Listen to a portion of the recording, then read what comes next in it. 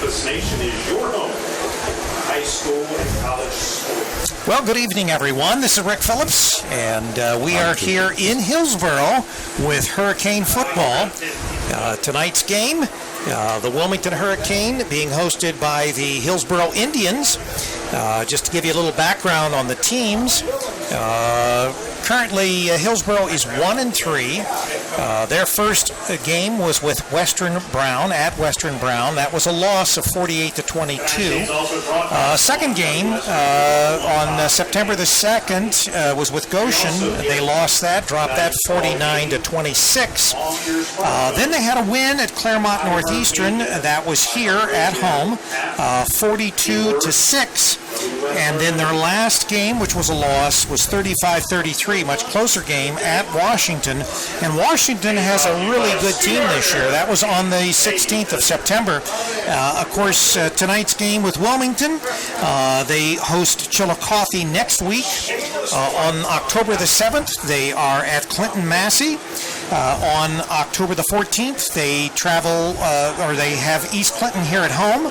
They travel to Miami Trace on October the 27th, and then they finish out their season right here at home, senior night, with Greenfield McLean. So that's the 1-3 Hillsboro Indians. For your Hurricane, the Hurricane are 3-1. Coach Scott Killen. Their first game on August the 26th, that was at Alumni Field. They defeated Little Miami 42-12. Then they followed with a September the 2nd home game where they defeated Greenville, the Green Wave, 26-7. Then they went to Vandalia Butler and ran into sort of a buzzsaw with Butler. That was on September the 9th, and that was a loss, 42-21. And then, of course, Joe and I had last week's Greenfield-McLean-Wilmington battle. Not much of a battle there towards the end. It was rain delayed, or at least lightning delayed. That was on the 16th, and Wilmington, they won that game 62-19. They are going to travel to Hillsboro tonight and then travel to East Clinton next week for the September 30th game. Then they have a home game with the Washington Blue Lions on the 7th, a home game with Miami Trace on the 14th. They go to the big game every year, Clinton Massey. That'll be on the 21st, so we'll travel to Massey. And then they finish their season with the home game with Chillicothe on the 21st. So, Joe, we've got the teams here tonight. I know that there are some people in particular that we need to be watching, and maybe even some injuries that might dictate how this game goes. Right. Hillsboro has a good running back that is injured tonight. Number 34, Dion Burns. He's a sophomore, but he's a big bruising back who probably averages 3 to 4 yards a carry for them. Hard to bring down. He is unable to play tonight, so that's going to be a factor for Hillsboro. We'll have to see how that goes. As talking to one of the Hillsboro guys, it was one thing about it. It was easy to, for the defense, single in on him, watch where he goes, and then go after, and that would be mainly where they went. 75% of their plays were going to him as a running back. Right. Now, without him in the backfield, they might diversify their backfield a little more, their play calling, and it may be a little harder to pick up. Are they going to run a pass? Are they going to run this running back or are they going to run the other back, or is it going to be the quarterback? So that's going to be a key thing to watch. Be a plus as much as it might. Right, it could be. That's right. It could, in a way, be a plus for Hillsboro to. The defense can't key on one play, and if they've watched the film, that throws the film all off on the offense. Right. When you take a back out of the backfield like that. Now he's wearing a boot. I guess he hurt his leg. Hurt his leg. He's got a boot, so he will not be in the game. One of the things I noticed when you were reading the scores, Hillsboro does score a lot, even in the games they lost. Right. It wasn't 42-0 or 42-7. They were scoring 20-some points on the games they lost, and then scored 40-some points on the games they won. So. They're a team that can put points on the board. Yeah, it sounds like that from an offensive standpoint. And, of course, I don't know whether they, how dimensional they are, whether they were primarily a running team and they scored those points, or whether, now they're going to pass more. Obviously, the great Jerry Savage just came into the booth up here. He's one of the officials for tonight's game. All right. Well, we won't hold that against us. But It's going to be interesting to see Wilmington's defense against Hillsboro offense. Will they be putting up score points on Wilmington like they have the other teams, or are they going to be late scoring? The game already in hand, and then they score late in the game when the second and third stringers come in the game. We'll find out tonight, since we didn't see the other games when they scored those points. Right. Well, once again, as always, Wilmington travels well, and we are seeing, a nice crowd developing across the way. We'll zoom in on the fans there. And one of the great things about this stadium, and we talked about this when we were coming over, and there's no interest, even though they have a new facility as far as high school and a track that you've said you've had your teams on, and also soccer. They play soccer on it, but there's no interest in making it a football stadium. But the same thing when we went to Fairborn. Fairborn has a brand new stadium. It's been there for years. Right.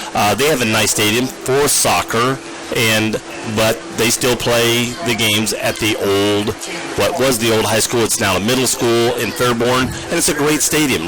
Very much reminder of Miami Trace, where part of the home field is built right into the school. Right. And it's just a very good stadium to watch football and play football. And it's the same thing here. It's just this will remind you, of a college game in a way, with the built into the hillside like that. Well, there are a lot of college stadiums that were famous for that. The Sun Bowl. The Sun Bowl. Yeah. And this has sort of got the bowl atmosphere to it with that oval at the end of the west end there, the big hill, and the teams, when they come on and off the field, both teams have to run up the hill to get into the locker rooms. And so that's the first challenge. Is that what you're saying? That's the first challenge, getting up that hill. Well, we took the tram over. Yeah. Yeah, they've got that monorail. It's not bad for the running backs and the wide receivers, but those offensive and defensive linemen, they got to get their legs to work out. One of the players for Hillsboro to watch is going to be their quarterback. He's very athletic. The quarterback for Hillsboro is Hunter Chain, number 11, and he's a senior, very athletic. So we're going to be able to see what he can do on the field, and without the main running back that he's had before, is he going to carry the ball more himself a little bit? Is he going to pass the ball more than he has in the past? It's going to be interesting to see what Hillsboro does tonight offensively, or at least tries to do offensively. And, of course, with all Hurricane Sports, our broadcast tonight is brought to you by Bogart's Southern Barbecue. That's that Tennessee, Memphis, Tennessee style barbecue. And it is good. It is very good. And so we appreciate Marty helping us bring this game to you, along with all Hurricane Sports this year. And, of course, this game will be getting underway here in about 22 minutes. I'm not sure exactly which game is Hillsboro's homecoming. Tonight is not that night. No, he mentioned a minute ago their homecoming is Greenfield McLean. McLean, yeah. And that could be good for Hillsboro. Battle, yeah. That's going to be a big battle. Hillsboro, McLean is a young, growing team. With what I've seen with them, Hillsboro scores and stuff, and you always want to win your homecomer. So, or your homecoming game. That could be a good battle, and hopefully for Hillsboro, they come out with a W that night. And make it a nice, because Wilmington played Greenfield on their homecoming and sort of took the wind out of their sails. Yeah. Well, it's nice to win for homecoming. It's nice to win on senior night. Right. Those are the two big games that you're always up or trying to make sure that. In one sense, looking at it from a football player standpoint, winning if you can only win one and lose one, winning on senior night I think would be the big game. If you lose on homecoming night, you got that girlfriend to console you at the dance. You're right, they still have dances. You got the dance, and you're going to be sad, and the girlfriend's going to console you that night. So that does help. You know that from experience. More of hearsay. Yeah. Well, in all honesty, the Hillsboro crowd here is kind of sparse, at least at this point. It looks like Wilmington has virtually as many people on the other side as Hillsboro has on this side. Now, it's funny because last week we were talking at the Greenfield game. We looked over, and the Wilmington, at this stage of the time on the clock, was still pretty sparse. Right, but they got bigger as the we night. were talking about maybe they were tailgating a little bit or something, and then boom, as just before the game, they filled up. Tonight, they're already in the stands. Right. They must have known the way here. Yeah. That's not a far. Greenfield's not a far drive. All right, we've got what activity at. I guess they're determining who kicks off and who receives and all that good stuff.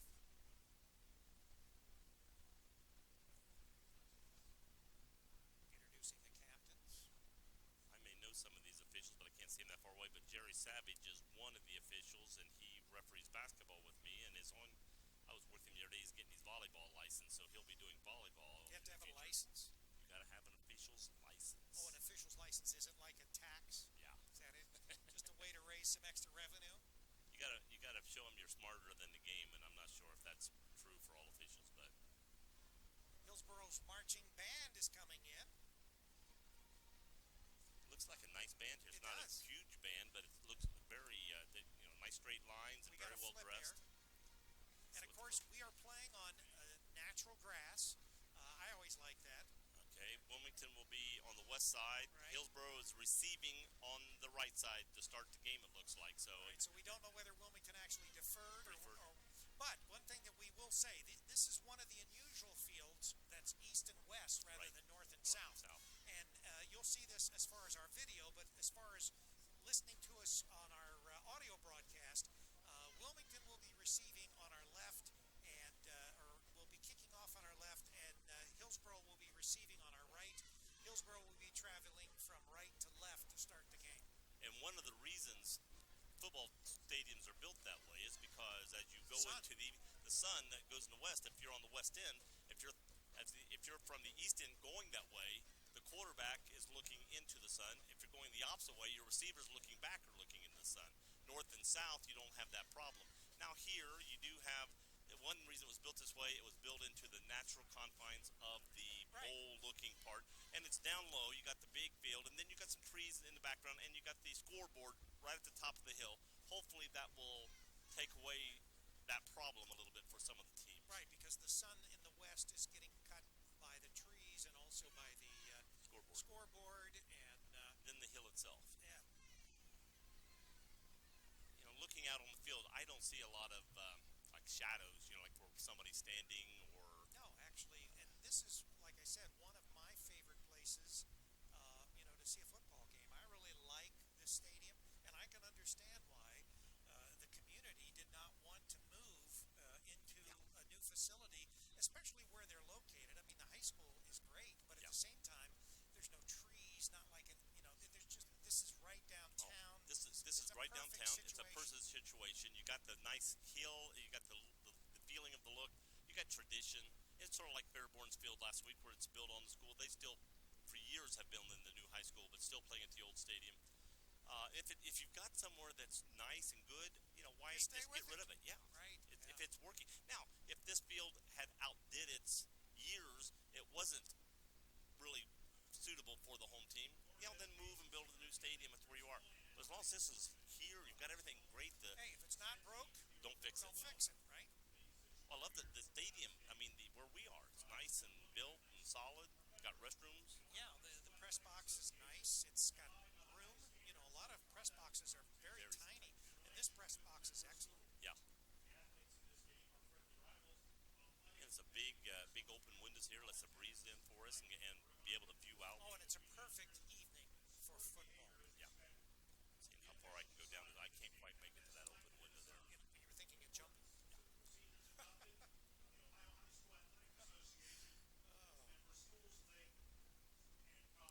And of course, AJ and company, and when I say in company, it's AJ and Roger. Right. They're broadcasting tonight from Fairmont High School. Fairmont, actually, their field. It's not really next to their high school. Much like this facility, it's not right there where the high school is. But they are at Fairmont Stadium, and they're broadcasting tonight's Beaver Creek and Fairmont game. And so if you get a chance, since we're at halftime, they're at halftime before we are, you might want to switch over there, just listen, catch a little bit of their broadcast, and come back to our broadcast here. But that's what they are doing and where they are this evening. And Clayton had some personal business to attend to, so he wasn't going to be able to be there with AJ. But AJ can handle it. AJ can handle. He does a great anything. job of For a Michigan rooter, he's not too bad at that's talking. yeah. But we quieted him down with that win against Oklahoma. Yeah, that's right. He didn't have much to say today. No. If you noticed, people on the, if you have noticed, the football officials, there's one official in a white hat. But when I do my volleyball games as an official, I walk in the gym and I've got my Panama Jack white hat on. Someone asked me about it, and I said, it's football. The guy in charge wears the white hat. So I wear into the gym my white hat to tell him I'm the man in charge. You're the man. I'm the man.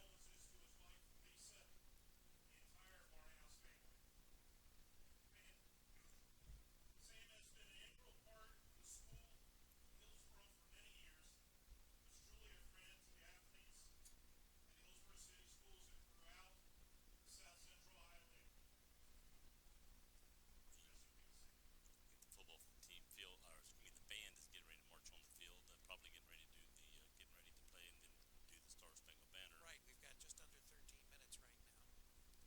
And of course, this is the last SCOL contest as far as football between Hillsboro and Wilmington. That's right. I don't know in the future whether they'll ever play against each other.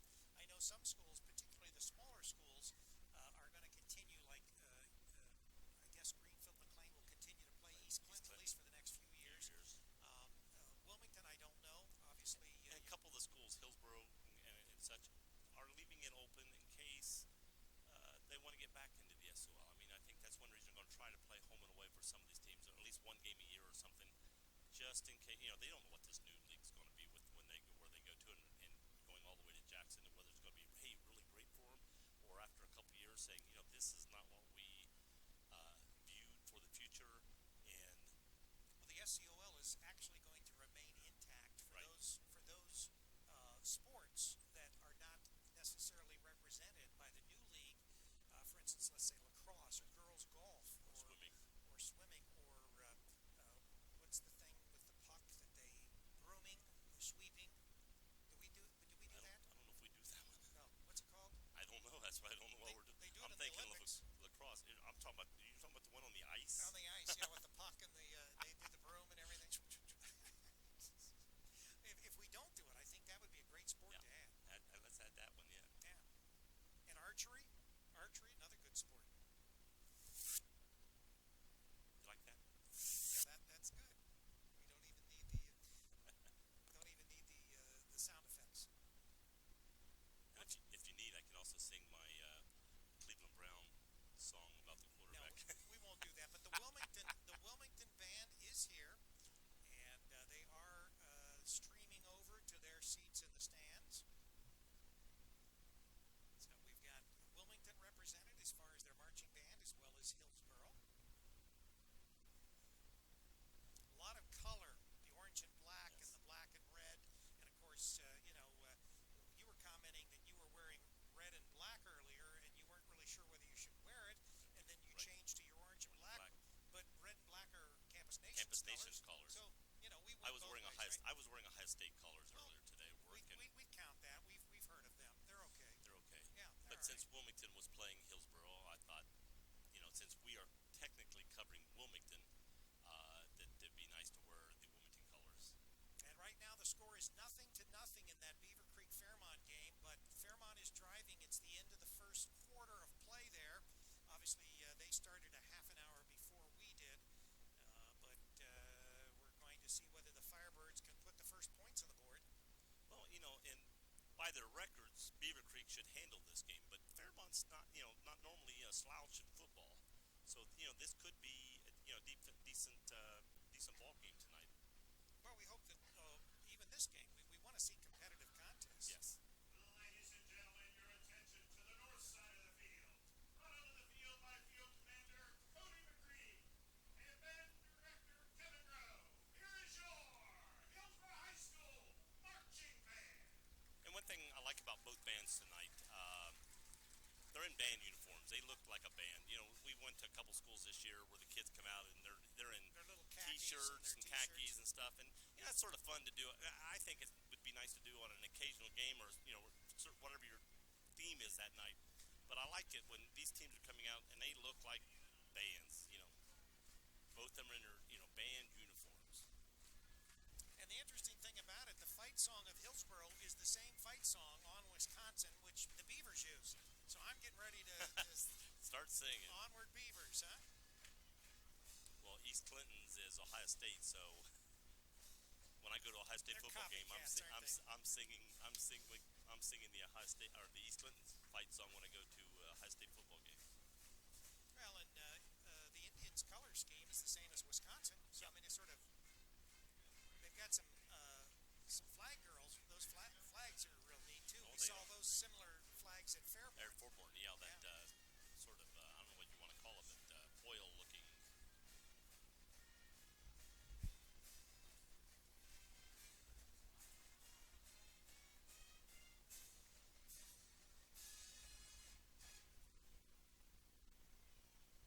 Ladies and gentlemen, will you please rise?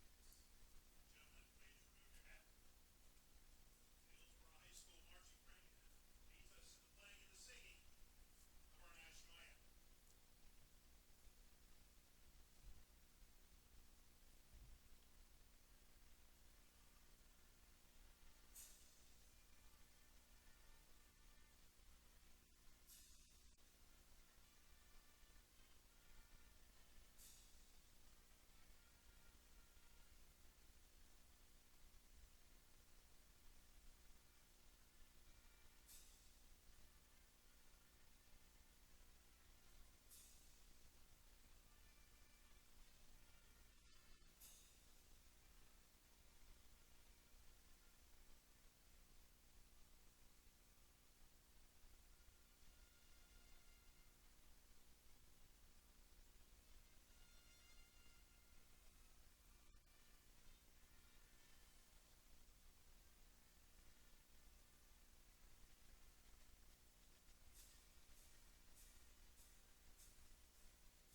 national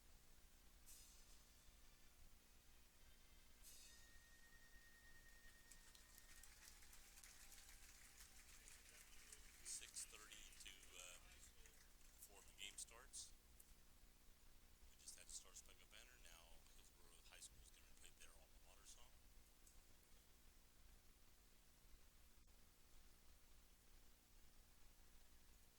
At the west end of the stadium, the Hillsboro Indians have a nice, big, giant, blown-up Indian with a tunnel to come through. Right.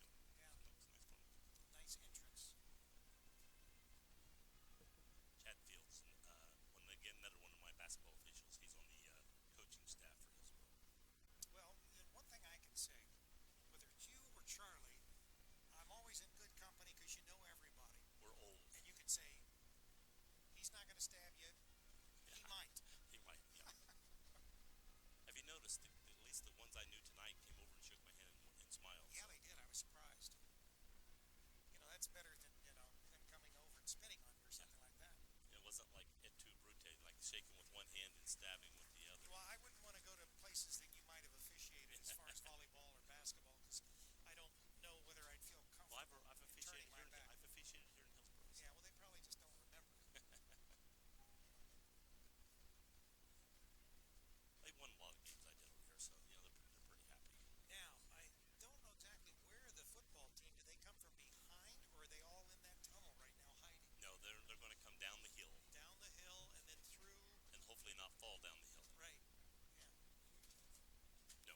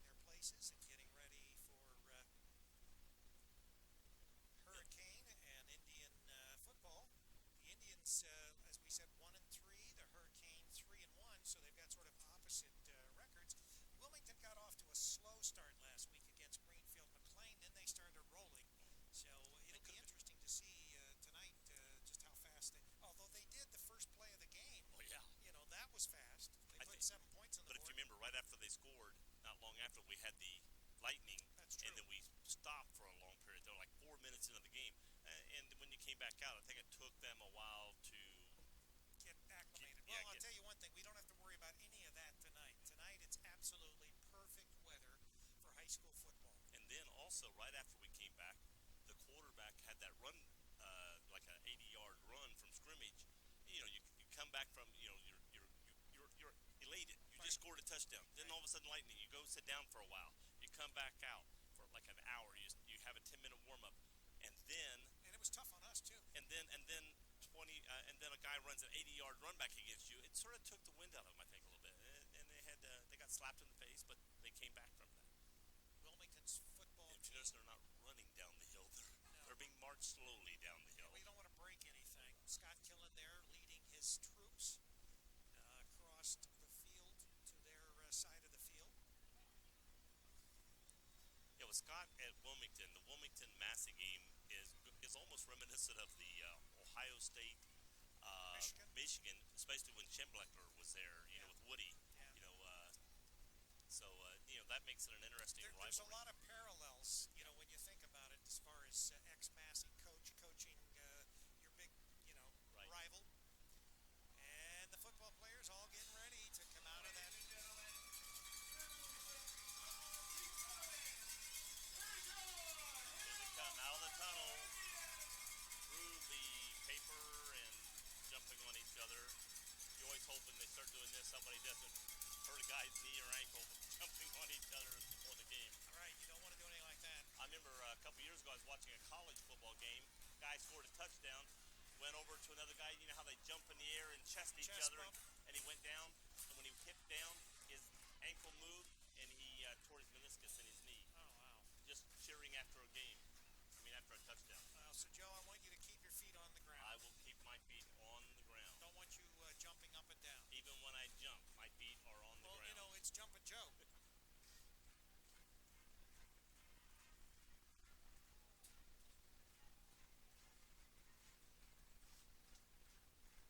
And, of course, as always, tonight's audio is live. We have delayed HD video that will be on our website tomorrow evening. So you can watch on demand. It's great HD video. It's good for your television screen. After last week's game with the lightning delay, please watch saying the word delay too much. Oh, that's true. Yeah, we don't want to hex ourselves, do we?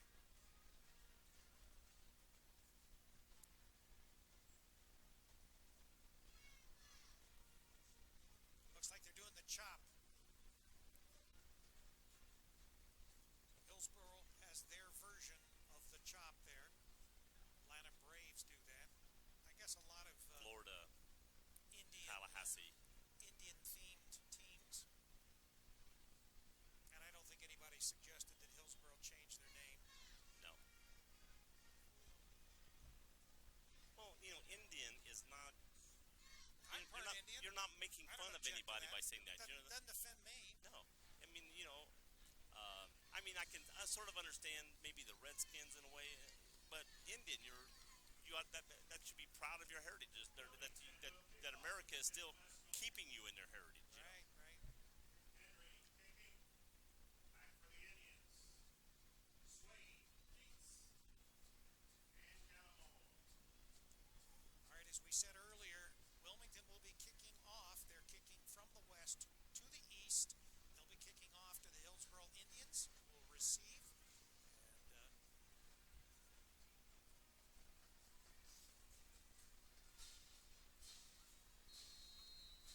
And we're getting ready. And here comes the kickoff by Henry. High kick going down, hits on about the 7, bounces out of bounds just before the goal line. Yellow flag comes out. Ball going out of bounds without touching anybody. I'm not sure. As soon as I say the ball goes to the 35, I'll be totally wrong. So let's see.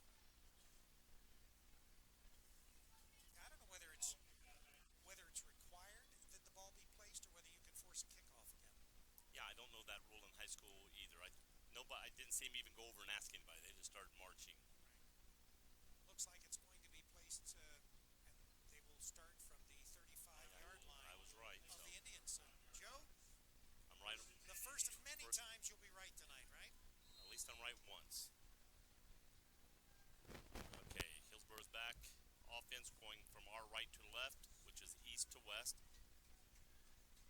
1100 Chain back in quarterback, has three runner in behind him. Number 24 gets the ball and is swarmed immediately. It's going to be for a yard loss. Number 24, Josh Keats. He is probably going to be the main running back to take over since Deion Burns is not running tonight. But again, he's not Deion Burns, and he may not be the only one. They'll probably give maybe to all three. There were three running backs in the backfield with the quarterback. So they're going to call it a 2nd and 10 from the 35 again.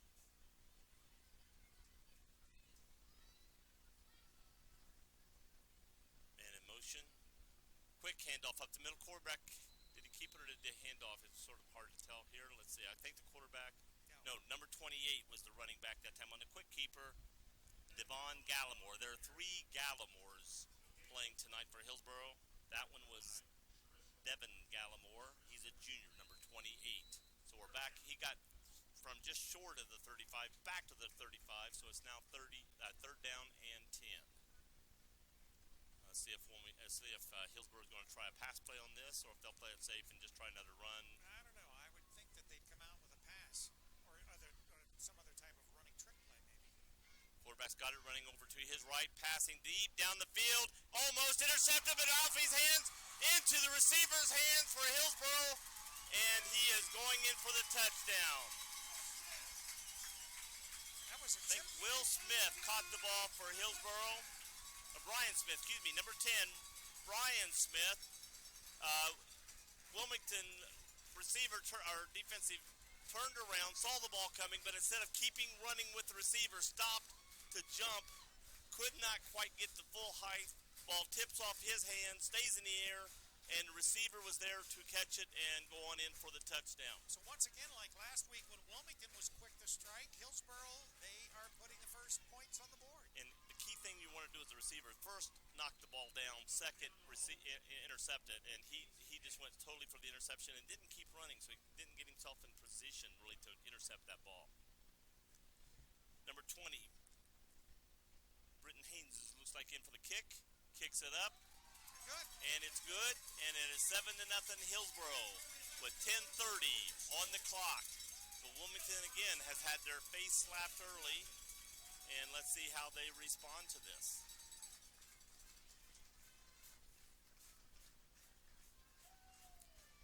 I didn't see the number on the Wilmington defensive player that went up for that ball because I was watching the ball, then watching the receiver catch it.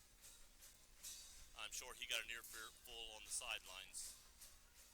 Yeah, Scott Killen, defense is his, area of expertise. When he saw the offensive man turn to look, saw the ball, but instead of keep running, and he would have been in position really to just have the ball land in his lap, stopped and tried to jump, but the ball was too high for him. It's like jumping for a basket that's 10 foot and the ball is actually 10 and a half.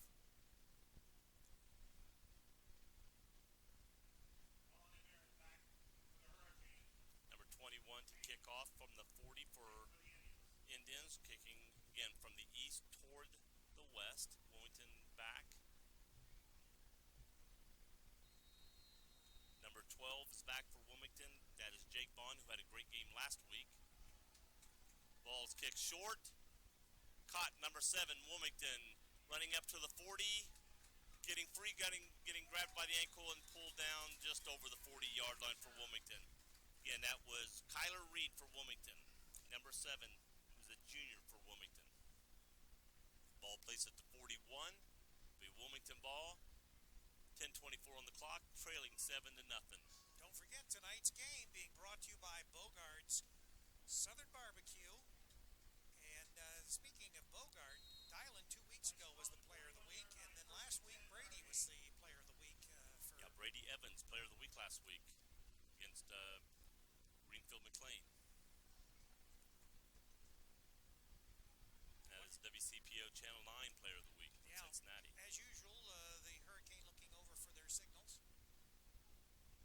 Handoff. Number 3 in the backfield for Wilmington. That is Adam Phelps. Phelps gets up to about the 44, maybe just a high hair over the 44, but not to the 45, so we'll give him to the 44. Second 6. I've not heard anything as far as AJ saying that Fairmont scored or anything, so at this point I think they're just 0-0.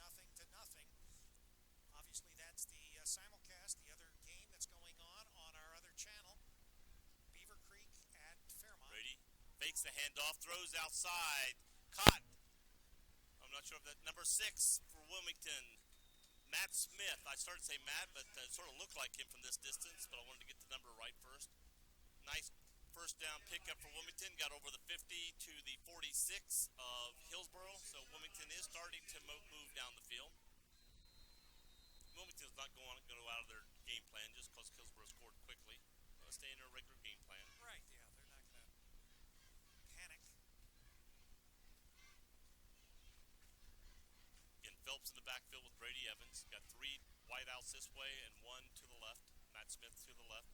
Again, handoff to Phelps up the middle. Phelps going through, getting a yardage, getting over the 40 to the 34-yard line.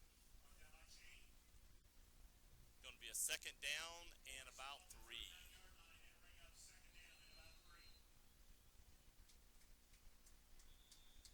Again, Phelps in the backfield. Timeout? We've got time. The referees are calling a timeout. Let's see if it's one of the teams. Referees are calling a timeout. Let's see what they're doing. And Beaver Creek and Fairmont. Oh, somebody's got a shoot problem out in the field. Fairmont just scored with 2 minutes and 35 seconds, 2 minutes and 59 seconds left in the second quarter. Fairmont leads 7-0. Phelps gets the ball, hit it to the line of scrimmage, and that's about all he's going to get, getting pushed back. He probably got up about to the line of scrimmage, and that's all he got that time.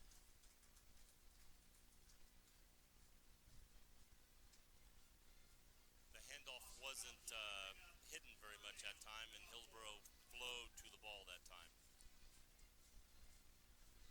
Anymore, the quarterback puts it in, and he reads whether to keep it or hand off, and he just sort of handed it off that time, and that was easily read by Hillsboro, who went to the ball quickly. It's going to be third down and 3. Ball to Evans. Again, handoff to Phelps. Up the middle, pushing. Didn't get enough for the first down. It's going to be fourth down and short, but I'm sure Wilmington's probably going to go for it here. Wilmington will go for it. We're in fourth down territory for sure. It's a little far for Wilmington to go for a field goal, and too short to punt the ball. You're not going to gain anything punting the ball. All right, so the first test tonight for the Hurricane. Fourth and about a yard. Indians would love to do nothing more than shut this Hurricane game down here and take the ball back. It's going to be right up the gut, or they're going to go off tackle. Let's see what they do here. Set up to go off left tackle, hit, pull, reaches the ball out. I don't think he got it. Referee's marking, and it's going to be probably short from what I'm looking at here. He got over the line of scrimmage, but not enough to get the first down. He got hit quickly, stretched the ball out, but they marked it where he went down, and he's going to be Hillsboro take it over on downs. All right, good stop for the Indians. 7 minutes, 27 seconds left in the first quarter. Indians still leading 7-0. They have the ball now on the 37-yard line. Wilmington needed to get to the 36. They were about 2 football lengths away of making it all the way for a first down that time. Wilmington's going to have to do a little fake handoff and going off ball a little bit. Quarterback takes the ball back, keeps it, throws out here to wide open number 28 for Hillsboro, gets to the 50, and is pulled down just over the 50-yard line to the 49 of Wilmington. Nice pickup. That was a nice pickup, and that is number 28. I don't see a 28 on my sheet, so I don't know who that is. Did they sneak one in on you, Joe? Did they say Mayor? Oh, I'm looking at Wilmington's, no wonder. Oh, well, you won't find a 20. Won't find 20. 28, Devin Gallimore. That's, again, the Gallimore. There's 3. There's 3 of them, but that was the same one we had earlier. All right. Hunter Chain in the backfield, takes the ball, handoff quick, no, keeps the ball, takes it, he's going wide open down the field, being chased by a Wilmington defender, but he's not going to get him. It's going to be 14-0 here in a second if the kick is good. Hillsboro surprising Wilmington quickly here early. Stunning, to say the least. Wilmington came here to end this SCL with a victory, and Hillsboro is ready for them. And they've been mixing it up well with their plays. Again, they were probably set up for a running back that's not playing tonight. So, now they're not sure what to set up for. All right, Hillsboro is all set up on the line, far left. Going for two, picked up, handed off, and he runs in for two. They were all lined up about 10 yards left of the football, except for the center and the kicker. The center reached down, scooped the ball, and just flung it back. The running back runs over, catches the ball, and runs out of bounds right at the goal line and the out of bounds, but into the goal for an extra point of two. Hillsboro leads 15-0. They have caught Wilmington flat-footed, Oh, they to say have. the least.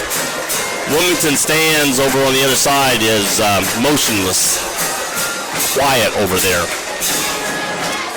Wilmington needs to get a drive and score points on this drive to get the game back, in succession for them. If they don't score, and if they let Hillsboro score again this first half, this is going to be dangerous. A critical drive. This is a critical drive to say the least.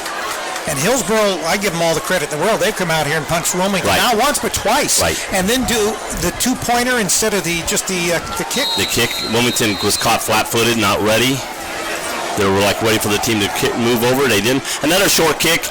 Kicking went straight out of bounds.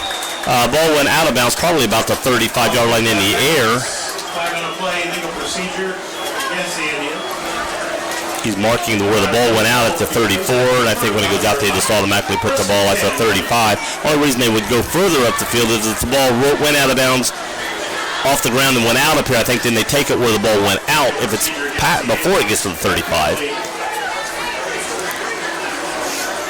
So Wilmington's getting the ball in good field position. They're going to get the ball. Wilmington, are they going to do a re-kick? You were asking about that, Rick. Looks like they're... So obviously they can do a re-kick. So Wilmington's asking for a re-kick rather than take the ball out of bounds. So now they'll kick off, 5 yards shorter? Yeah, they'll go back 5 yards and then do another kick. So they kicked from the 40 that time. Wilmington hopes to get better field position, I guess. He's going to mark the ball at the 35. So instead of kicking off from the 40, so far he's done two short kicks. Right. So if he does another short kick like he's been doing, the ball will only go to about the 40-yard line. And Wilmington should pick up better field position. Now he might try to kick the ball deeper this time. And again, Wilmington has to field the ball cleanly. So we'll see what happens if this comes back to haunt Wilmington or if they get better position. Should they have taken the ball out of bounds. Kicked going the opposite way, little deeper, hitting the ball about the 25, scooped up, dropped, picked up again, running on the other side of the field, breaking free, getting free to the 40, 50, the 40, 30, 20, all the way back for a touchdown, and there's a flag. Oh my gosh, he was wide open. Nobody got behind him, and there was probably a clip 10, 15 yards behind the runner. Somebody wanting to get a name and get a good block in. I think that was Merritt that ran the ball back. I didn't get to see the number from over here. I don't know if that was Jake or Merritt. Ran the ball back. Could have been Jake Bond. So that's going to bring the ball back out. Illegal block in the back. The ball will come back out. They're marking the ball right now on the 15-yard line, it looks like. That would be a spot foul. Spot foul. So I don't think they're going to mark the ball. I think they're going to start at the 15 and then mark off the penalty. Will be marked off from the 15-yard line. So Wilmington, instead of a touchdown, gets the ball on the 25-yard line, first and goal. Again, very poor judgment on that. The guy's 10 yards in front of you. There's no reason to make that block right there. So now he's praying that Wilmington goes ahead and scores here because obviously he's in the for some reason doghouse. they don't. He's in the big doghouse. Once the runner's past you, there's no reason to make a block behind the runner. Brady Evans got the ball, keeps it, looking to pass, throws out to the outside, number 32, hit, ball goes out, and the referee calls it incomplete. When he first looked, I thought he was just going to look, but he did call it incomplete. That was a nice hit. As the ball touched his hands, he was hit immediately. You can tell these Indians, they are stoked. And again, that pass came to Tony Merritt. That was to Tony Merritt there. Just as it hit his hands, he was hit. He was wide open when the ball was coming, but it was a soft throw, not a hard throw right to him. Man in motion. Fake handoff. Quarterback keeps it going up the middle. Grabbed, running right to left, and gets tackled at the 21. So he gets a little bit of yardage. It's going to be about 5 yards short of the first down. Did a lot of running, but most of it was laterally, north to south when he needs to go west to east. So once again, this is mark it 6 yards short. This is 4 down territory, but it's going to be a 3rd and 6 from the 21. So they're not quite in the red zone yet. 3rd down, 2 men in motion. That's illegal. You cannot have 2 men in motion at the same time. So this is going to go in for a touchdown, and it's going to be called back as he's brought in, tackled, going into the end zone. But we had 2 men running, so they stopped and stared at each other like, I thought I was in motion, and no, you thought I was in motion. Your 2 men in motion at the same time against the Hurricane. Wilmington just keeps shooting themselves in the foot here. They had the right play set up. The play was going to work. The 2 men moving in the backfield didn't make a difference on the play happening, which went for a touchdown, but Tony Merritt was in motion on this side, and I think Matt Smith was in motion on the other side, and they ran toward each other, and that cannot happen. Yeah, they're not helping themselves one iota. No, because now they not only did not get the touchdown, but they lose 5 yards on the play, so now it's 3rd and 11.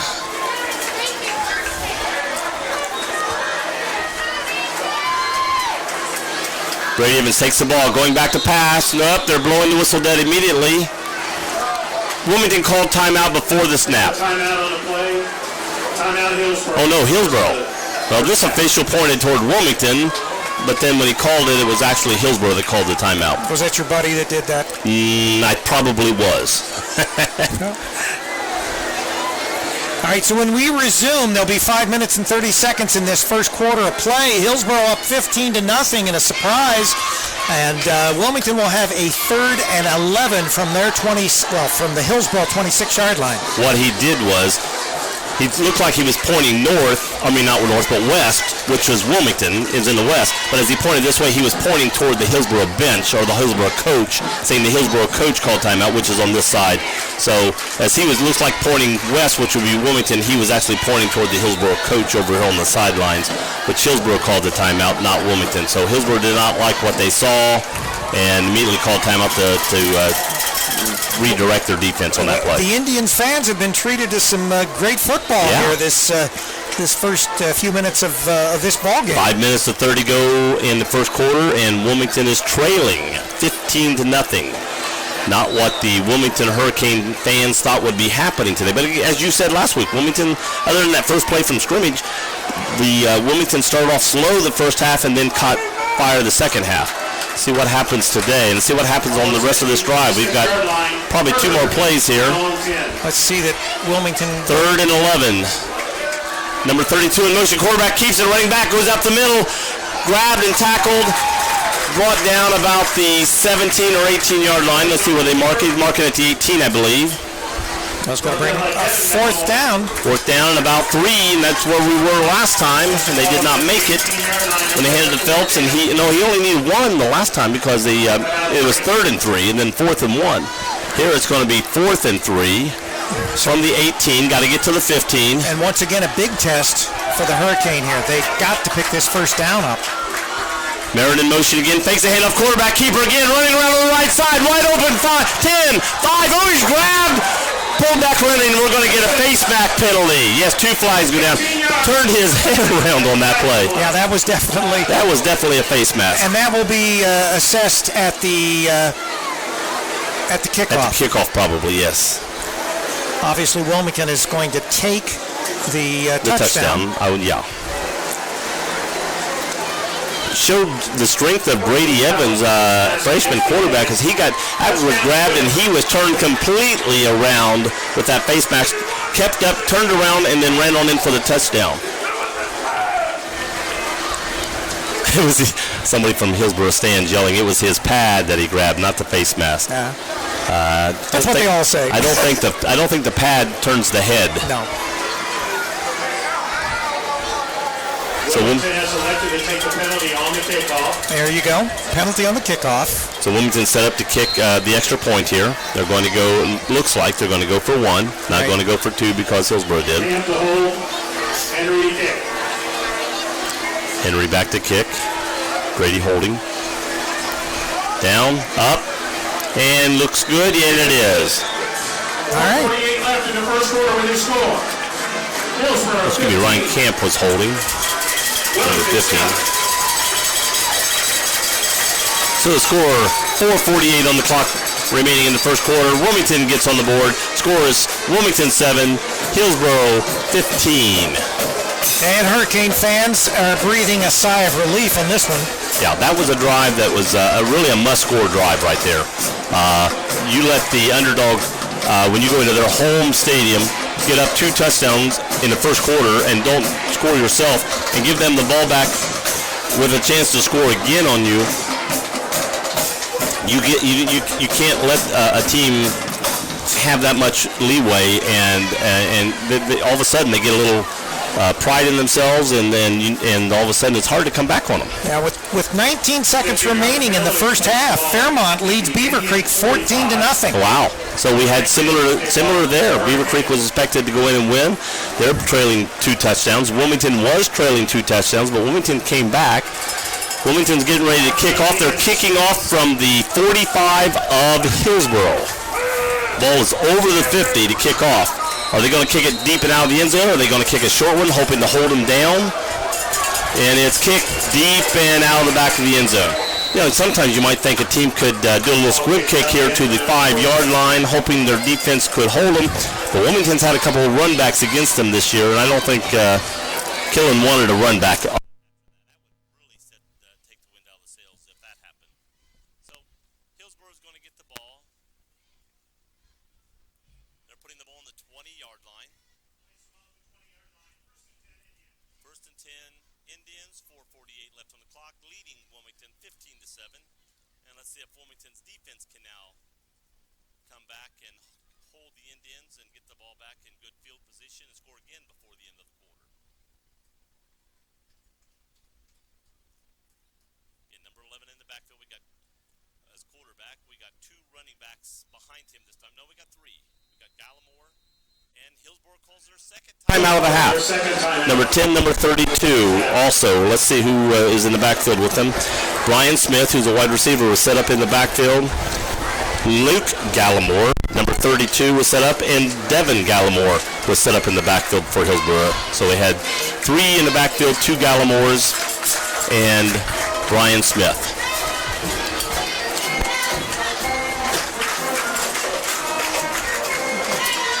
And again, still 4:48 left in the first quarter. Wilmington trailing 7-15. Hillsboro taking their second timeout of the half. Again, timeouts in the first half are not like taking timeouts in the second half. You get 3 timeouts the first half. You might as well use them because you don't get to carry them over to the second half. Make sure you're set up properly. You don't want to offense something to go wrong and be behind there, and you don't want the defense to go wrong and give up points on a play that you didn't have it set up right. So let's get everything set up right. Here goes Hillsboro. Nobody in the backfield this time. Yeah, we got number 10 in motion. Handoff up the middle and breaks free, wide open, and Matt Miller, Wilmington grabs him, pulls him down at the 39 of Wilmington. Another nice run. Again, DJ Ames was the defender that brought him down. DJ stayed right with him, grabbed him, pulled him down. They're going to give him down to the Wilmington 38-yard line. So right up the middle, and he broke right free, and there was nobody behind him. Wilmington was crowding the line, and once he broke free, there was nobody between him and touchdown. But Ames was ready to run him down from behind. So here we go in the backfield. Quarterback number 20, Gallimore. The other Gallimore, 32, is Luke Gallimore in the motion. And we come this way. We got a flag up. Brian Smith in the motion, grab, taken down at the 34. And let's see what the flag is. So once again, with Hillsboro leading 15-7 with 4 minutes and 16 seconds remaining in this first half of play. And they're going over to talk to the other referee. I thought he was going to talk to Wilmington coach. He was walking that way and motioning. I think that there's probably a penalty against Hillsboro. That's why they're... Illegal motions, looks like what they're showing.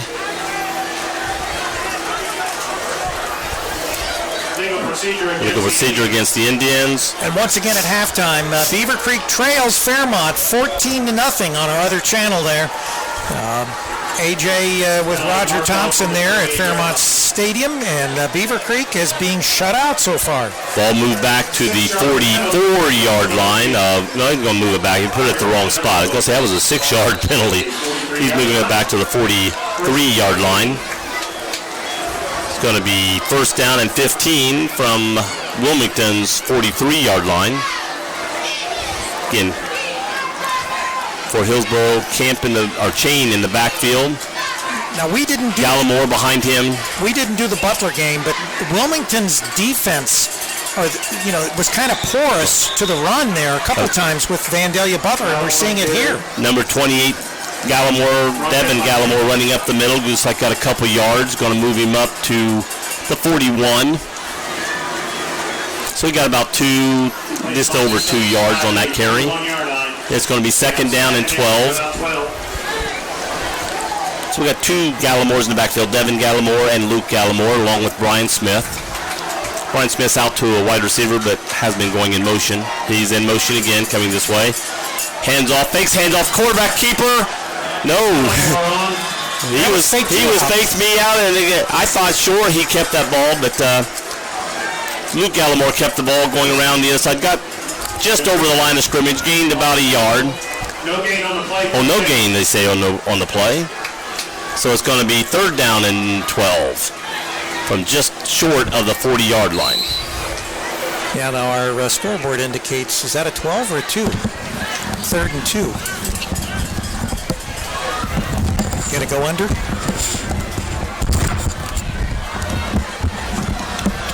And the handoff. Back to pass. Going to be a screen. Overthrows the receiver and ball goes down. Wilmington was blitzing in. They were letting them and was going to throw a screen over, but he overthrew the receiver. Ball hits the ground. And it's going to be fourth down and 12 from the 40, and Hillsboro setting up for a punt. Going back deep for Wilmington. Says he turned as Jake. So this is actually the first punt by the Indians. They haven't punted all night. Jake Vaughn back. Jake had a good game last game. He's back standing on about the 10-yard line. A high snap. Here goes the punt. Kicking to the right, kicking away from Jake. Ball's going out of bounds. Looked like close to the 15-yard line. Still effective. Let's see where they mark it at. He's actually standing at the 15, 16, 17, 18, and he stops at the 18-yard line. So Wilmington's going to get the ball at the 18-yard line, at their own 18, heading from the west to the east. 2:37 left in the first quarter, trailing 7-15, but with the ball and first and 10. Stick goes out of bounds just outside the 17-yard line. First and 10, Wilmington. I have to remember these names because as it gets dark, I can't see that. All right, Wilmington's back. Brady Evans in the backfield. Phelps is with him. Hands off to Phelps, going up the middle, breaks over the left a little bit, gets hit, bounces off, gets hit again from behind and pulled down. Looks like about the 25. So it's going to be, looks like, what is that going to be, about a 6-yard gain or 5-yard gain? About a 6. They were at the 18 before, and he got to the 25. It should be a 7. 25-yard line. Bring up second down and about 3. Second and 3. Yeah, I was going to say, you're right. If it went from the 18 to the 25, it should be 7 yards. 7 from 10 is 3. That newfangled math, it works. It is.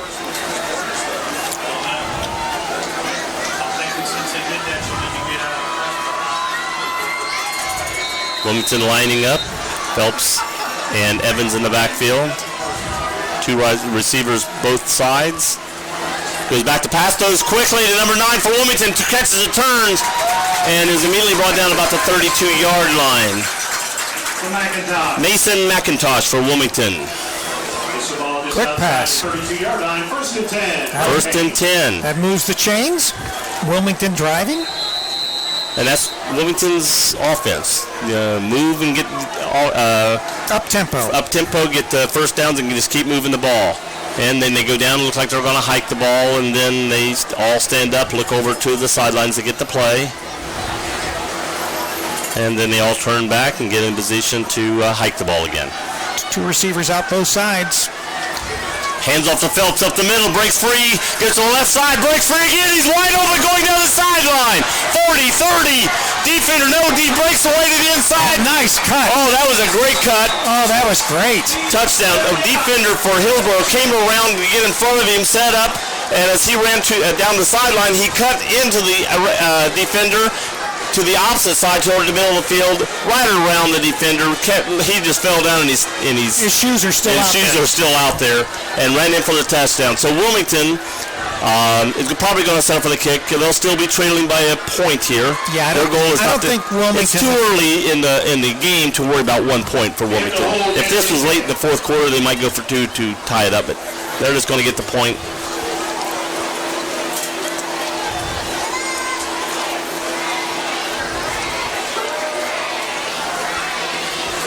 Ball down, kicked up. Looks like it splits the uprights. It does. Wilmington's got 14 points. Hillsboro has 15. 1:25 left in the first quarter. Wilmington trails Hillsboro by 1 point. So Wilmington has answered Hillsboro's scoring early. And when you're the underdog and you're in your home field and you score quickly and you get a team, when they come back and score 2, and even though you got the 1 point lead, it takes a lot of wind out of you to have them answer like that early in the first quarter. I mean, you start second guessing yourself. You start saying, "Oh my gosh, here they come!" And that's what Wilmington wants to have. The big thing that Hillsboro doesn't want to do is they don't want to turn this ball back to Wilmington. No, they want to stay in their game plan. Before the end of the first half. They need to stay in their game plan, the game plan that got them 15 points to begin. And they're going to probably keep slashing and hitting that quick hit up the middle that they break through. Wilmington is playing them close, so if you break through if you miss one tackle, the guy's gone. A cloud of dust. And that happened last week against Greenfield.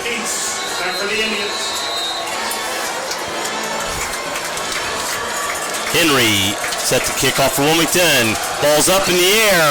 Going over, caught at the 3-yard line. Coming back 5, 10. Turns around, hit again, and he's got maybe to the 11-yard line where a host of Wilmington defenders brought him down. Swing on the return. Initial contact by Bell. Place the ball just outside the 10-yard line. First and 10 Indians. First and 10 Indians. That was brought back by Mason Swain, sophomore, number 6. Got the ball to 3, got to the 11-yard line where he was hit by a swarm of Hurricanes. Got a long field this time. Again, I don't see pass play coming here, but I don't know. Right now, the Indians need to get back into the game. They've allowed Wilmington now to come close. They need to pull something off here. Oh, what do we got here? There's a lot of movement in the backfield of Wilmington. Quarterback faked the handoff. He was brought down, and when he hands off and fakes the run, he's open to being tackled, which he was, but the running went up the middle by Gallimore. He gets about maybe a yard. It's going to be 2nd and 9, I'm going to get. They're saying 2nd and 8. Yeah. Well, up here he said 9. On the scoreboard it says 8. I'm sort of agreeing with up here. I think it's 9. He started at the 11 and he got about to the 12. He's not quite to the 13 yet. Maybe it's 8.5. Yeah. Seconds are ticking down here. Indians are not looking to try to really score here. Yeah, I think they're going to probably run one more play here in the first quarter. Quarterback keeps it running around to the side, being chased by Wilmington, turns around, throws it away, just threw it to the ground. They're looking to see if anybody was in the area. They're just going to call it incomplete. One referee's pointing to there was a man in the area. There was a running back coming out of the backfield. So still 27 seconds left on the clock. Smart play for the quarterback, though. He knew he wasn't going anywhere with that play. Knew where a receiver was and just threw it in the ground so it couldn't be intercepted, and they weren't going to take a loss. So it's going to be 3rd But doing a pass play, they're going to get another playoff in this first quarter. 27.4 still on the clock. Well, and really, They've they've broke a couple of them. So, I mean, obviously, it just takes one play to be back on the board. To be on the board. And if you're the underdog, they want more time on the clock, they're saying, to get this playoff. So, again, now it's 3rd and long. Are they going to try to pass deep in their end zone? Or are they going to do a fake and hand off? Let's see what happens. Wilmington jumps. It's going to be, I'm sure, let's see it. Yep, they're calling it offsides. It could have been, somebody moved and made them, but they're calling offsides of Wilmington. So it's going to give them 5 more yards. So now they can maybe change the play. Now instead of being that pass play, they might go to a run play, only needing 5 yards compared to needing 9 or needing 4. With 26.3 seconds, it's going to have to be a That's pass only the play. quarter. That's not a half, is it? Yeah. We've not changed ends of the game. This is still the first quarter. No, this first quarter. Yeah. So they'll go to the other end. Right, but they'll still keep the ball if it's first down. Yeah. It's not like they have to score now or score. No. You're thinking of Fairmont. 3rd and about 4. Fake handoffs, going back for pass, being chased, throws out here, wide open, 28, catches the ball, tackled just over the 20-yard line. I think it's going to be enough for the first down, and it is. First down, Hillsboro with 17 seconds left on the clock. They'll place the ball and start the clock since he was tackled in bounds. As soon as they get the first down markers marked, the referee sets the ball. I'm sure here they are starting the clock. Clock running 15, 14. Will they try to run another play this quarter, or they're going to walk off? I don't think they're going to try to get a play off. They're going to just... You don't want to make a mistake. No. Don't want to hurry up. There's no rush. And they are leading. Well, I mean, they could have ran up and tried to get Wilmington to jump off sides before the clock ran out. So we got an exciting ball game here. 14-15. Hillsboro Indians are in the lead. 12 minutes to go as we start the second quarter, going to halftime. Coming in, a lot of people maybe thought this was going to be a blowout by Wilmington, but Indians had other ideas. We've got ourselves a ball game, which makes it exciting.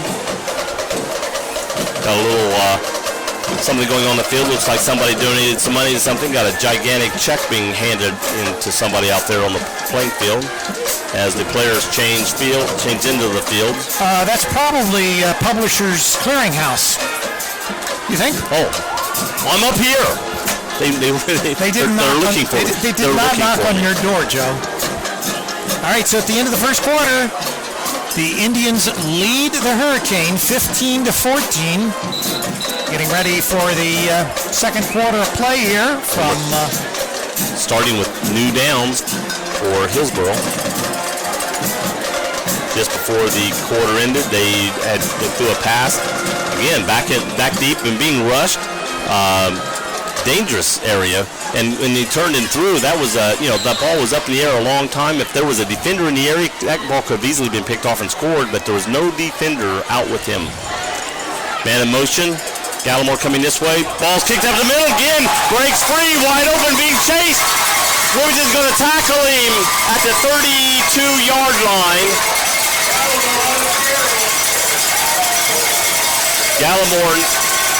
Devin Gallimore on the carry up the middle. That up the middle breakaway hurt Wilmington last week. It's hurting Wilmington again this week. Not just once, but 3 times now so far in this game. Wilmington just cannot keep these long games. I think Jake Vaughn is the one that ran him down. I didn't get to see the number. But anyway, Wilmington is calling their first timeout of the first half after that long run back, trying to get themselves back in order here. Wilmington currently is ranked 5th in the D3 Region 12 as far as the ratings, and so loss from Wilmington would kick them out of it totally. Yeah, two losses, they're not going to go anywhere. No, they've got to come back and win this game. And that's particularly if you were losing to a team that was undefeated, or you were losing to a team that, obviously was higher as far as in your division. Wilmington's not performing, I'm sure, up to Scott's expectations tonight. And if they're having trouble with Greenfield, they're having trouble now with Hillsboro. What are they going to do when they go against Chillicothe, when they go against Courthouse, who's playing good, and Trace? Besides Clinton Massey. Yeah, and then Clinton Massey sitting back there waiting on them too. Wilmington's not showing right now that they're that dominant team that they want everybody to think they are, and they've got to take charge of this game if they're going to be. Handoff up the middle, hit. Gallimore had it. Can't tell if there was a loose ball or not. Everybody dove in, but could have just been because he was going down. They're marking the ball at the 30-yard line. No gain, if anything, maybe a slight loss. It looks like they're marking it for no gain. It's going to be 2nd and 10. So, as big a stop that Hillsboro needed and didn't get in this last scoring drive of Wilmington being down here, it's important that the Hurricanes shut this Indians drive down. This is important. This is more important to Wilmington as a stop than it is to Hillsboro as a score at this point in the game.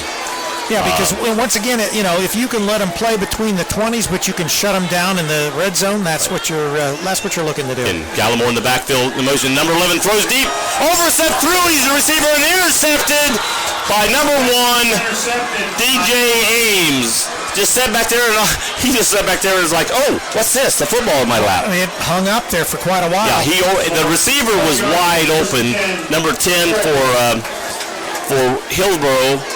Brian Smith, who broke down, was wide open. If he'd have thrown it down and to him, he was wide open to catch the ball. Could have possibly could even went in, but he overthrew him. Yeah, and conceivably this could be the play that we will look back and say turned the game, everything and around. again, if you're not a passing team, sometimes stay within what you are. If you keep trying to do things you're not to change the team, yeah, eventually it's going to catch up with you. Do what's your strength. Oh, did somebody? Yep, he did. The nose tackle, no tackle for Hillsboro, made a step forward, got over the line of scrimmage, and in high school, if the defense breaks the line of scrimmage, they don't have to touch anybody. Right, it's a penalty. It's a penalty, 5 yards. And he stepped, again, nose tackle, the ball's right underneath of you watching, and he stepped forward. That's something, that's a big no-no.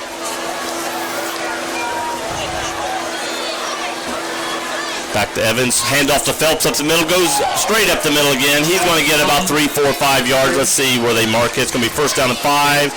He looks like he may have got enough for a 1st down on that play. And they're marking it 1st down. In our other game, Fairmont at half leading the Beavers 14-0. Here we've got the Indians leading the Hurricane 15-14. Now in the second quarter of play. I don't blame AJ.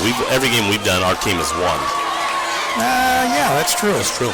Wilmington won every game we did, and Beaver Creek's won every game we have done the winning games. That's right. Well, I never thought about it that way. Brady in the backfield. Fakes a handoff. Phelps throws deep. Wide open. If he catches it. Number 9 for Wilmington. He's grabbed and pulled down just over the 30-yard line. Nice pass. Mason McIntosh, nice catch over the shoulder. He was wide open of just whether the ball and player were going to come together, and they did. Caught the ball. Defender was back there with him, and he got to the 28-yard line of Hillsboro. Wilmington's moving quickly. They're wanting to take advantage of this. And they're setting up in a quick offense, no huddle. 2 men in the backfield this time. Phelps and Ames are both in the backfield with Brady Evans. Play comes in from the sideline.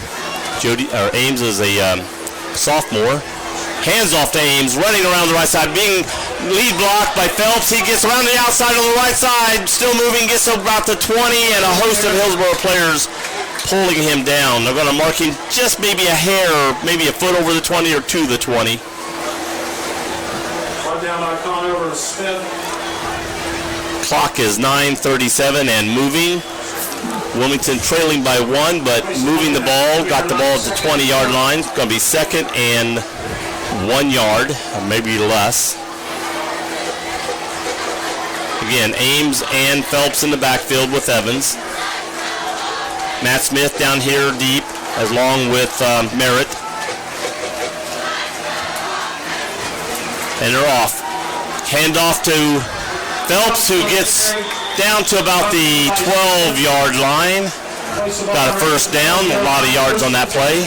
Bogart's Southern Barbecue bringing you Hurricane Sports. And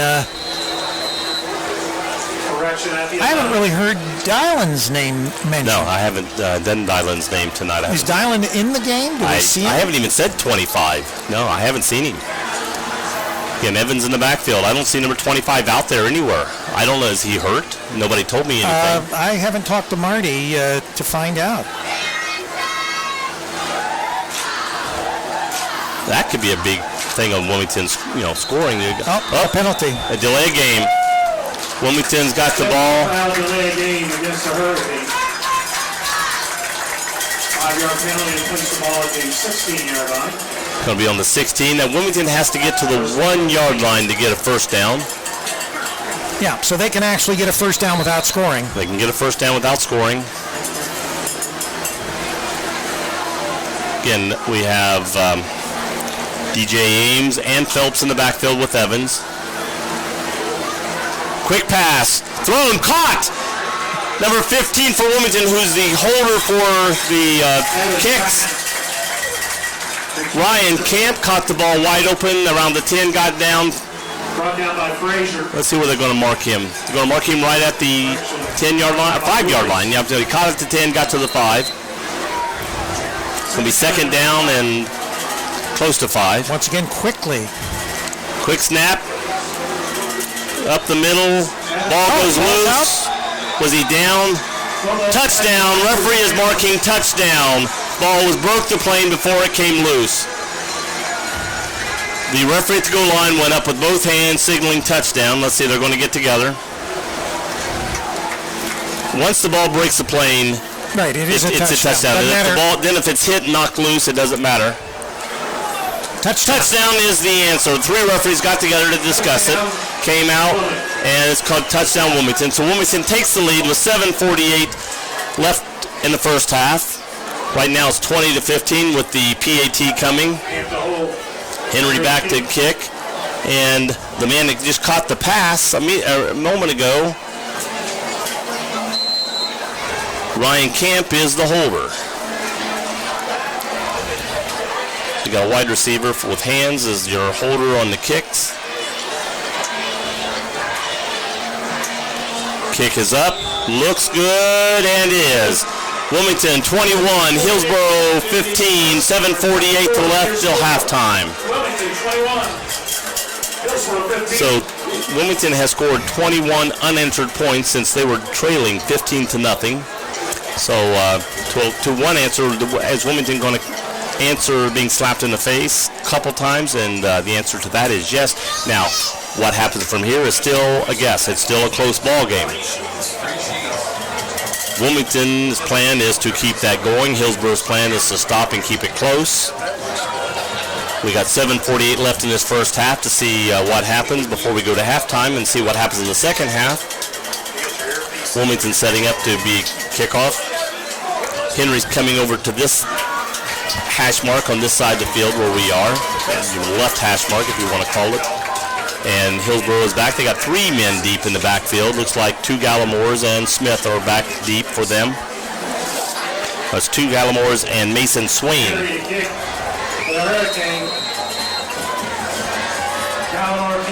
Take it.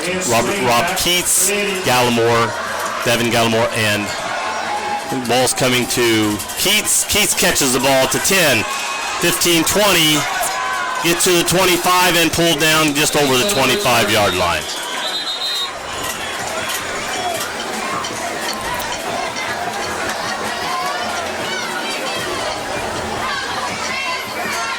Brought down by Dell. If you had your binoculars, look over at the sideline, see if you see number 25 standing over there anywhere. If he's in uniform. First quarter score, Clinton Massey, 28. He's right here at the end. If you look about the 4th player from the right, all the way from the right. Is he in shorts with his arms crossed? That's right, yeah. That looks like Dylan. Dylan is not playing. He's not dressed. He just has a jersey on, but that's all. So Dylan is not playing tonight. I don't know what the injury is. Running back Gallimore for Carey gets about to the 28-yard line. Yeah, I'd not heard anything as far as whether Dylan was injured or not. Marty had not said anything. Reed on the tackle. I mean, he's walking around, He doesn't have any casts on or anything like that. So he seems in good spirits walking around. So I'm not, I don't know what the injury is. If it's long term or just something that happened, they're going to keep him out tonight to play it safe. Didn't want him to get injured. Right. Okay, it's going to be 2nd and 8. Ball flipped out to number 10 in the backfield for Hillsboro, going around the left side, being met at the 30 and pushed. Got a Wilmington player down. I think he gained about 2 yards. We got a Wilmington player down in the backfield. He's already got his helmet off and grabbing something. Mayer down. Oh, Mayer on the stop, excuse me. Don't know who the player is down. Can't see a number. It was Mayer, Grant Mayer on the stop. Got him for about a 1 yard gain. Trainer out checking for Wilmington.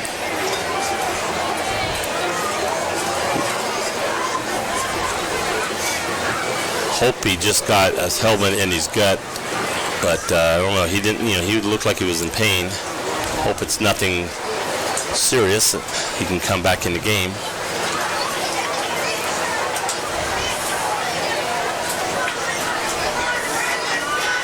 At the end of the first quarter, First State Bank presented a check by Andrea White and Brandon Mitchell. Player gets up. There's number 1 for Wilmington, DJ Ames.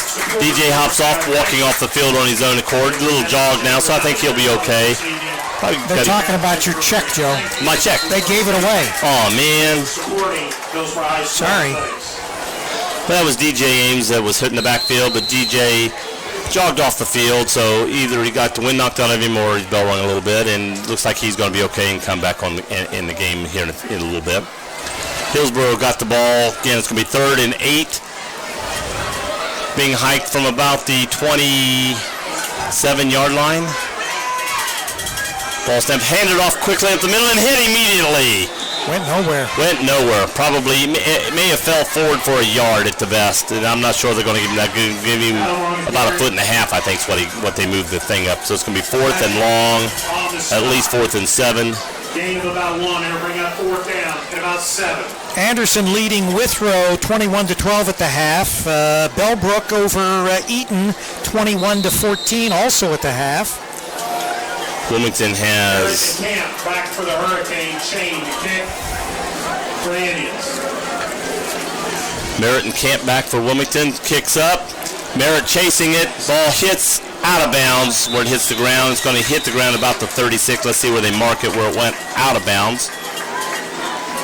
They're going to mark it at the 35. Ball breaks the plane at the 36, and they mark it at the 35. That's interesting. That's that Common Core math. Oh, it is.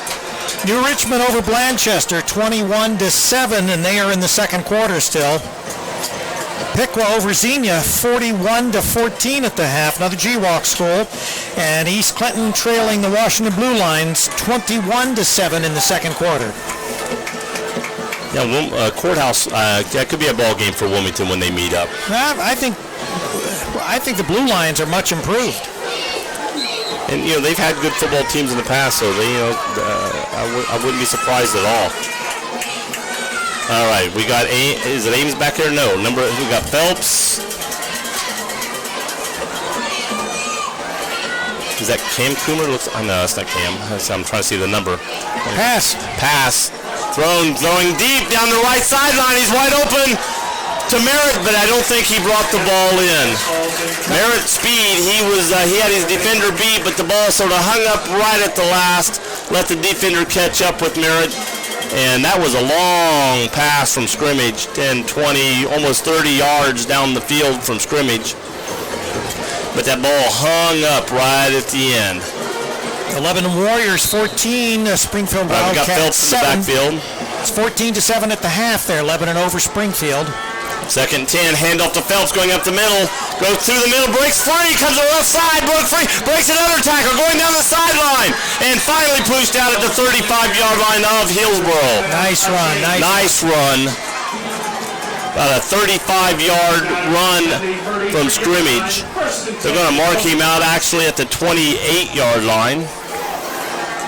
The Cavaliers of Chillicothe 21, Miami Trace 14. That in the second So quarter as well. Wilmington sets up quickly. Evans in the backfield, Phelps in the backfield, hands off to Phelps, going to the right, runs off the right side, wide open, runs over to the right, stops, falls down at the 25-yard line, about a yard short of a first down. Almost looked like he fell down on purpose. Yeah, I mean, it really did. He tried to stop to look back, and his feet just, on the real grass out there, just went down, but he only needed another yard for a first down. If he had just kept running hard and met the defender, he would have had the first down. Big game, St. Xavier leading Moeller 14-0. Evans catches it, hands off to Phelps, going up the middle, pushes forward a couple more yards, going to get the first down, going to mark him down close to the 21-yard line. First down for Wilmington and 10. 4:55 left on the clock. Wilmington leading 21-15 as Wilmington is marching down the field. Massey over McLean in the second quarter, 28-0. Yeah. That game for Massey again. Massey Wilmington is going to be. Wilmington's got a chip on their shoulder from last year, and that's going to be a battle. That will be a battle. All right, Evans and I can't tell if that's Ames. We can't see the number from here. Yeah, Ames back in the game in the backfield to the block. Quarterback throws the ball, caught by, I think it was Merritt, gets the ball down to maybe just the 9-yard line, gets over the 10. Merritt did catch the ball. They're going to keep on marking to the 6. Let's say I can't tell where they mark it. 7. You need the binoculars. Well, I'm watching the official on the left side, who's closest to me. He's not in the middle of the group, but he doesn't always go exactly where the ball is. Timeout.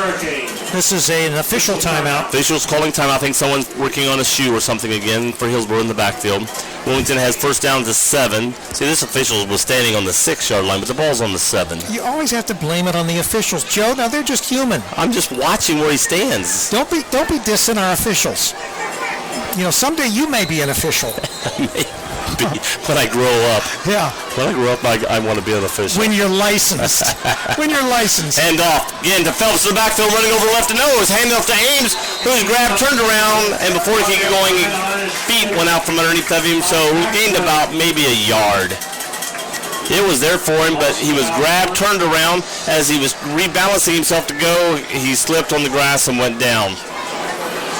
Correction, gain of about 1. Number 8, second down. So it's going to be second down and goal for Wilmington, who started just at the 9-yard line. They've got the ball down to about the 6. Stebbins 22, Vandalia Butler 7. Evans and Ames in the backfield. Evans keeps it looking to pass, throws quickly, caught by Matt Smith, and in for a touchdown. Matt was running a slant from the right toward the middle and caught the ball, and there were 2 men there. I'm not sure which one he was throwing to, but Matt caught it and ran in on the slant. With that Stebbins Butler 22-7, Wilmington, the team that beat Wilmington, has lost, possibly going to lose their second game. They played great that night and are dropping since. Yeah. Wonder if someone, got hurt or what happened. I don't know what happened that game. Well, that's the 2 run backs that killed Wilmington that night. Henry back. Camp to hold. Ball down. Up. Looks like it splits the uprights, and it is good. 3:40 left in the second quarter with your score. Wilmington 28, Hillsboro 15. 3:40 left in the second quarter. Halftime, Wilmington leads 28-15. So the quick scoring of Hillsboro 15, which worried Wilmington, or at least Wilmington's fans, put a concern out there. Wilmington has came back with 28 unanswered points. Hillsboro has 3 minutes and 40 seconds this first half to answer that. If Hillsboro scores a touchdown here in the last 3 minutes and 40 seconds on this drive, they'll be a touchdown or less behind Wilmington going into halftime, which would give them something to build off going into the second half. If they don't score, Wilmington has the advantage of saying we've scored 28 points and you've not been able to stop us since we've got going. And Wilmington will get the ball first in the second half. Back for the Indians, Henry. For the Hurricanes. Well, Hillsboro may have won that toss, and instead of deferring, may have said, we want the ball first, we want to score first, which was their thought, I think.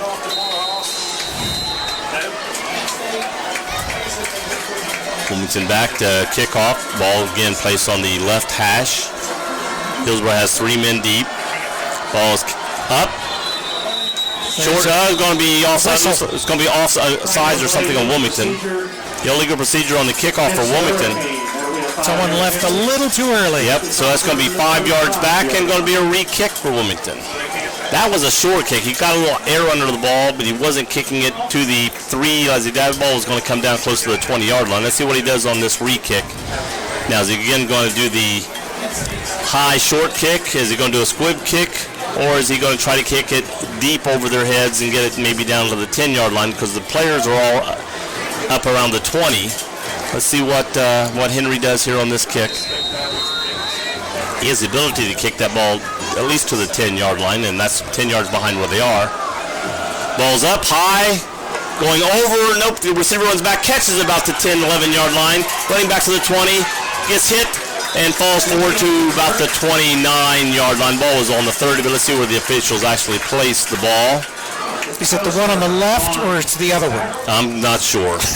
I'm watching the one with the ball this time. He's putting the nose of the football on the 30-yard line. Yeah, it's always good to watch the one with the ball. Well, when they're at the opposite end of the field, on the other side, you got players all around. You can't see him. Okay.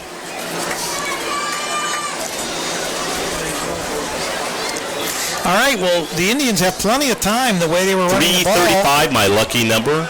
335 is your lucky number? My lucky number. I've never hit the lottery on it, but it's my lucky number. Hillsboro in the backfield, man in motion, hands off quickly. No, he keeps it, going throw back on throw deep. He's wide open, he catches the ball, 25. Wilmington being chased by Jake Vaughn, and he's going in for a touchdown. Jake did not go back with the receiver, and the ball was really overthrown a little bit. The receiver ran under the ball, barely caught it by fingertips, kept his balance, ran on in for a touchdown. So we do have a ball game. Now, as we said, the Indians have shown, that they can strike quickly, and that's what they've done. When they send a man deep, if you don't go with them, you're going to get burnt, and that's what happened there. Man ran down the sideline. Wilmington let the guy get past him, and you cannot do that when you're playing deep safety. You cannot let anybody beyond you. Probably the only bad thing about this whole thing with Hillsboro is that they probably scored too soon. Yeah, in a way, yeah. Now Wilmington has a chance to come back to this half and score again. It's 3:25 on the clock. That took 10 seconds. Ball up. Good. Splits the uprights. 3:25 left in the second quarter. Wilmington 28, Hillsboro 22.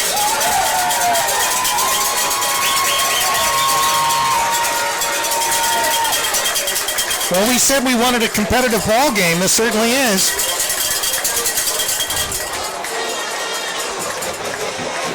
(28-22), 3:25 left on the clock. Well, wasn't that lucky about that number the last time, was there? No. Wilmington leads now by 6, which is 6 points of a touchdown without the extra point. Hillsboro going to kick off, placing the ball dead center of the middle of the field on the tee. Wilmington has 3. Jake Vaughn back. They have Merritt back, and I think, is that Phelps also back for Wilmington? Yeah. And they're at Fairmont. Fairmont leads the Beavers 14-0 still. This is at the end of the third. They're going into their final quarter play. That game's moving on pretty quick. It is. It's going real quick. High kick, short. Comes in, catches it. Merritt catches the ball at the 30, runs to the 35, breaks over to the 40, still on his feet, brought down. No, he's still on his feet, gets over the 45, and finally brought down near the 48-yard line. Nice run back by Merritt. Real nice. Wilmington has the ball near midfield at their own 48-yard line. Once again, plenty of time on the clock for them to get it into the end zone. Brought down to 49-yard line. They're saying 49. Ball's between the 48-49. Nose of the ball is almost on the 49, so we'll give him to the 49. 1st and 10. 1 yard shy of the midfield mark. Hurricane coming out. They're going to probably be up tempo. There is time for Wilmington to score here if they can keep the ball. Let's see. They got 2 men in the backfield with Evans. Looks like Ames and maybe Merritt. Pass. He's going back pass. Keeps the ball. Brings one down, but a flag going down. It could have been a face mask. Could have been a face mask because he ran right by the blocker. Yeah, that'd be the only thing I could see that would actually be happening there. Oh, they're calling a hold on Wilmington. He ran right by the blocker. I didn't see any hold. He just ran right by the blocker, but he's going to call a hold. Wilmington lost yardage, and there's going to be hold called on the thing. Decline. They're going to take the loss of down and the loss of yardage. He should have got rid of that ball long before that. Kept that ball way too long. If the play's not there, we're popular up here. Ball's being placed at the 39-yard line. It's going to be about 20 yards for a first down. 2nd and 20. Hurricane He's back, letting everybody through. Throws short to Phelps, but they were waiting on it. He's caught for a 1-yard loss. Good play by the Indians. Wilmington was letting the rush come through, but they saw it. Trying to set up that screen. One guy was rushing, but he saw it, came back, and when Phelps caught it, he had 2 guys right beside him. No gain. They're going to give it no gain on the play. 3rd and 20. 3rd and 20.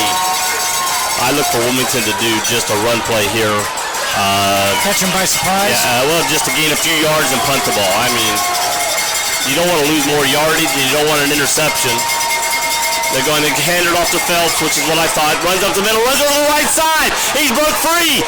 He's going. He had a first down, but a yellow flag came out. He's going to run it for a touchdown, but this play could come back with a hold. 61 yards for the touchdown, but we have a flag on the play. Again, if this is a hold, Wilmington is shooting themselves in the foot again with the illegal use of hands. Let's see what the play is. Yep, they're showing hold. Referee is showing hold. Hold Wilmington. Ball. So now is that a spot foul, though? We'll see. There you go. It is a spot foul, so the flag is on the Hillsboro's 42-yard line. Will be marked off 15 yards from there, so it will be still 3rd down. And it'll be the 48-yard line of Wilmington, almost the 49-yard line of Wilmington. So it's back to the original line of scrimmage, actually, is where it's at. So it's going to be 3rd down and 10. Bring up 3rd down. Imagine that. And about 10. Almost jumped. He's back. They're going to call him for off. They're going to call offsides. Hillsboro man jumped into the neutral zone. That's going to be 3rd and 5 for Wilmington. You know, when I said that immediately, I said, well, Wilmington could have moved because all I saw was a flag, but then the referee shows the offside signal. So now we got 3rd and 5. Again, now the play action totally changes. Wilmington has kept the ball. It's 2:03 on the clock. Hike. Hand off to Ames in the backfield. He runs. He's turned around. Keeps going. Hit. Turns around. Still on his feet. Comes to the left side. 30. 25. Jumps in the air. And is pushed out. I don't know. What the heck was that? He's pushed out about the 20-yard line. That was like a pirouette. Yeah, he did a jump in the air like he's going to ride a bicycle or something, and then was pushed out of bounds. They're pushed it, and they're going to mark it at the 20. So we got a 1st down. Red zone. 1st down and 10. 150 still on the clock. Plenty of time. If you're listening, do watch the broadcast tomorrow or when it comes on, because that is going to be an interesting one to see. Phelps up the middle, grabbed, still running, but grabbed around the ankles this time, pulled down at the 15. Clock is running. Clock running, 1:42 and going down, ball marked at the 15. That's going to be 2nd and 5. 2nd and 5. If you got 1st and 10, you get 5 yards, you're going to be only 5 yards for the 2nd down. Phelps in the backfield with Evans. Handoff to the side, a quick pass, thrown out to Merritt on the right side, catch the ball to the 10, to the 5, in for a touchdown. Wilmington scores with 1:18 on the clock. The thing Hillsboro did not want to have after their quick score, like you said, well, they scored too quickly. Right, they scored too quickly and allowed Wilmington to still be able to go down the field. If they could have ran a couple running plays, let the clock tick, and then ran that play, caught Wilmington standing. But now it's going to be Henry back to kick the extra point, standing at the 10, backing up, ball placed at the 10, kick the extra point.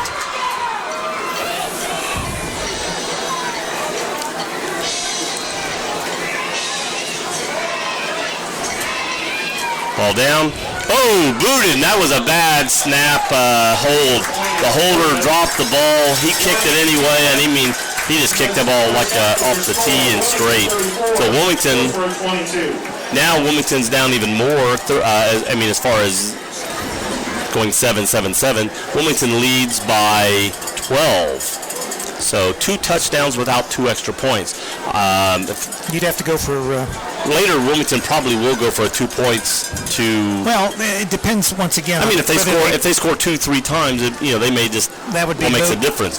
But if it still stays fairly close, they're only 2 scores behind.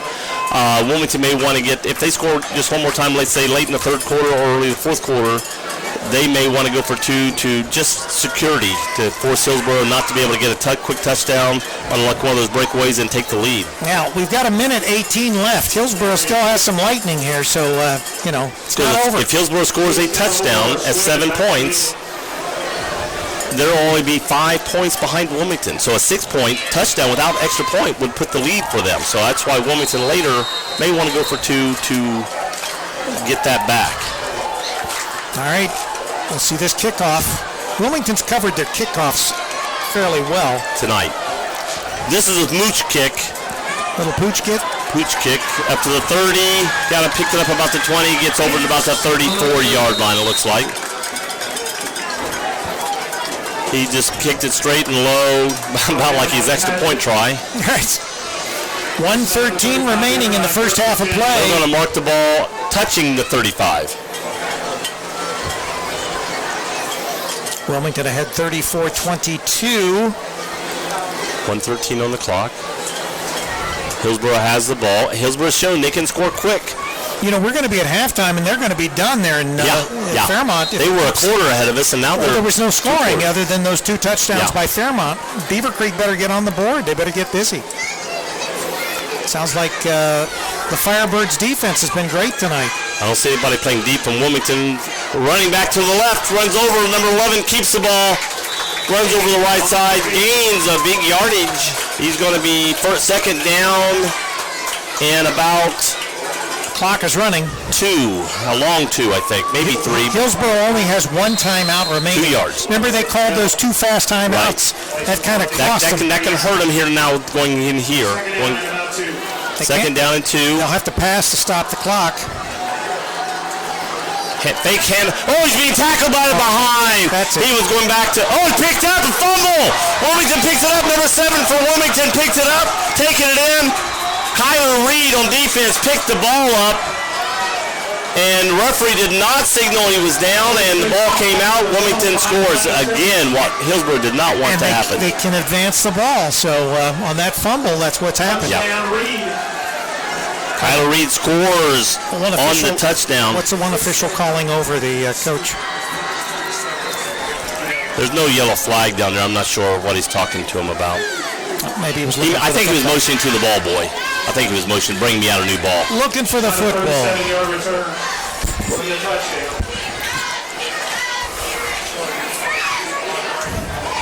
All right, Wilmington getting set up for the extra point. Oh, the holder's there, but now here comes the kicker. As the holder is looking around like, hey, I'm here. Where's the kicker? Missing a key element here in this PAT. Now let's see if we can get a good extra point on this one. Right now it's 40-22. This would make it 41-22. Put Wilmington up.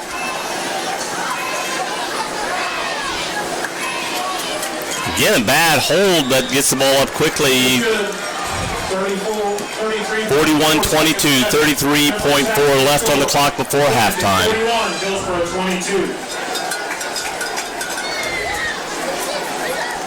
Wilmington leads by 19 now.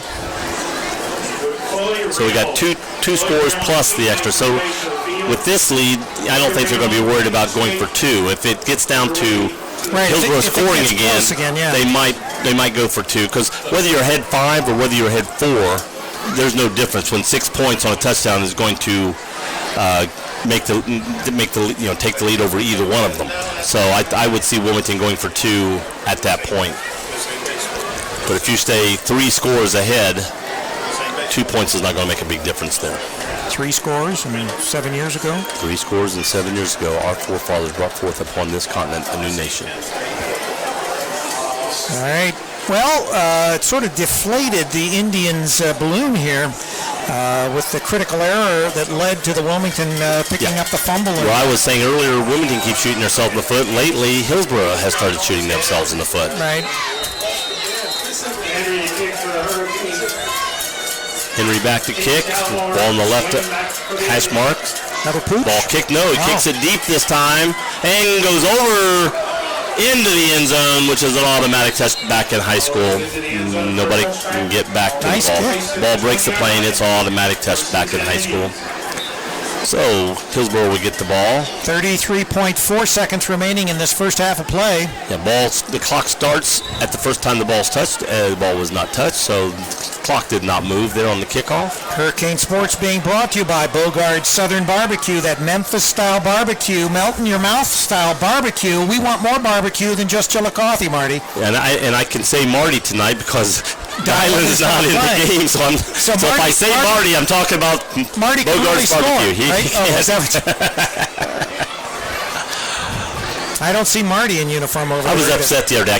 I did a volleyball game in Fayetteville, came up, was going to start off at Bogard's, and I got there a little after 8, and they were closed, so I didn't make it in time. Pitch out, fumble in the backfield, 32, Gallimore picks it up, being tackled by a host of Wilmington. They lost yardage. It's going to be marked back at the 10-yard line. So they're going to lose 10 yards on that play. Yeah, and I would take a knee if the clock doesn't I don't think run they out. even have to. I don't think they have to. I would not try to run any more plays. Wilmington's going to call a timeout to force them to make a play here. Well, the clock could have ran out. You're always talking 2 points on a safety. Well, if they try that again and the same thing happens, that ball could be picked up as either as a safety or a touchdown for Wilmington. Right. Hillsboro is going to be, again, like you said, if Hillsboro is smart here, they'll just take a knee right here. Don't give Wilmington a chance for a play like that. And unfortunately, Hillsboro is going to be limping into halftime. Wilmington is going to be running in and coming back out, getting the ball first in the second half. So right, Wilmington, they've got the momentum and the ball coming out. Yeah, and that will be big if they can come out and put some more points on the board. Trouble is Wilmington plays a big, strong scoring team and a defensive team, and Wilmington comes out slow like they have been the last couple of games. They get way behind. Sometimes you're not going to be able to come back on those teams. That's right, yeah. And they get some big games ahead of them. Well, fortunately, all but that Clinton Massey game is at home, so tell you there's what, an advantage. We weren't at the last game where they lost, but from what we heard, they got behind and they started coming back, but they couldn't come back enough, and I think that's what happened. They allowed the big play. Yeah. And Gallimore has the ball running around the outside, steps out of bounds at the 15, 8.5 on the clock. Again, they did not take a knee. They're going to go down fighting here in this first half. That's good. It's good as long as they don't lose the ball and give it to Wilmington. As long as there isn't a turnover. Right. Then you look back and you say, why didn't you take it? Yeah, you're saying it's good to fight, but sometimes it's best to go in and regroup. Right. That's what they told Custer anyway. Sometimes it's best to go back and regroup. Beaver Creek put 6 points on the board, but they missed the PAT, so currently it is 14-6 with 4:59 left in the game. 4 minutes and 59 seconds left in that Beaver Creek game, and that does not look good, especially missing the PAT. Running to the left side, number 10 for Hillsboro was running to the left side. That's Brian Smith, wide receiver, is in the backfield. Wilmington tackles, calls another timeout. 2.9 seconds on the clock. And it's fourth down.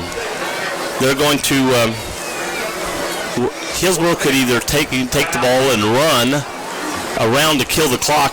A play you could run here is just take the ball, run back a little bit. But if you don't run 2.9 seconds off the clock before Wilmington tackles you, Wilmington can get the ball with 0.5 seconds and try to run a pass play or a run play and score a touchdown.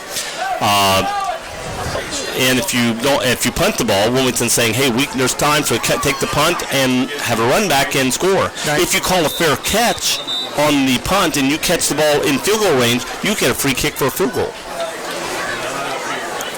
So this could be interesting here, what happens. Merritt is back to receive the punt.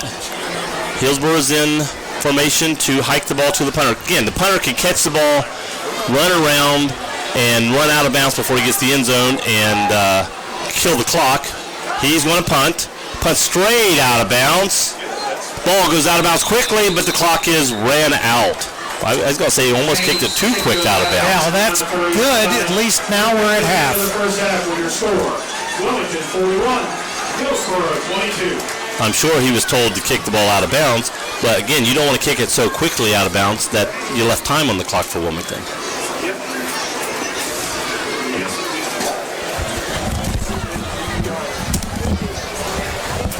Well, we take the halftime here for Wilmington. Score 22 for Hillsboro. Wilmington 41. Wilmington's got a 19-point lead heading to halftime. And coming back out of halftime, Wilmington will have the ball first, so it's going to be an interesting second half. I don't know whether Dave will be in here for our halftime I don't know. interview. We sent him an invitation for the athletic director for Hillsboro to come up. We haven't heard back from him. Talk some Indians athletics. Whether he got it and is going to come in. If that's the case, I'll just let him put my headphone on. Okay. I don't have the other microphone mic'd up, so. I thought that was David. Nope. You need Dietrich? Well, if he comes up, we were going to interview him. That's going to be good. It's tough for him to get up in this Probably We sent him an invite, and he didn't say, yeah, I'll be there or not, so we don't know. have two people in his ear That ball, Smart kicked the ball out of bounds, but he kicked it so quickly sideways. I was worried it was. Seconds, I mean, it wasn't going to Yeah. do anything. But I knew. But couldn't you see 0.4 seconds on that clock? Yeah. I said in high school, if he kicks it high, and the guy runs up and catches it and calls a fair catch, he gets a free kick for a field goal. Yeah, but you could tell he was told. Oh, I know. Yeah, smart. Aurora, because he's not stupid on the sideline of the coach. He's a smart coach. He's going to say, get that ball. I thought he might also just take the ball and start, run in the backfield, run the clock, run that to 0-0. So but then you don't want to take a chance of a fumble or getting tackled before the clock runs out. The thing is I Hurricane marching band on the field. Motivational speak next week.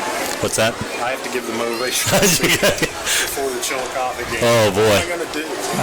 Tell them how good they played the first quarter. Tell them how great a first quarter they played. We got the whole second half. We could have something. You need to put 4 quarters together like the first. Well, you're right. You said that, and just like Greenfield, there are some very good players out here. There's some very good plays being made. You just got to put everything together for 4 quarters. You can't come out and say, we won the first quarter. I mean, that doesn't do you much. Or we won this first half. You got to win all 4 quarters. And when you're winning by trick plays, if you're a running team and you're winning by a pass play where somebody fell down, like it should have been intercepted a while ago, but tipped and the receiver catches it. If you keep doing those plays, you're going to have the interception, which again we had over here. eventually it's going to catch up. Yeah, it's going to catch up with you. If you're winning by things you're not normally doing, you can't keep doing that and expect all the same outcome every time. If your strength is running the ball, you got to win by running the ball. You can have a fluke play. You can have a fluke play to help you out. You can have a pass play that goes and runs it all the way down, but you can't live on that and keep running those, expecting the fluke play, expecting the great pass play when you're not a passing team. Right. Well, I think that Hillsboro, from a standpoint of balance, has a balance of passing and running. Yes. Once again, it still comes back to the fact that you've got to do it for 4 quarters. Again, I don't win a game. I don't know how much they've lost by the starting running back being out, but what I've seen from what they've got on the field, Still a lot of strength. there's still a lot of strength. The Gallimores are good running at running the ball. Number 24 coming out of the backfield for Hillsboro. Josh Keats was very good. Number 10, the wide receiver, Ryan Smith, who comes back in the backfield to get the ball a lot, was doing very well. So, they still got talent out there, and they're running the ball good. And, they're staying within, just got to stay within what they do best to overcome a team. And unfortunately, that's what a lot of teams that are the underdog going into a game is.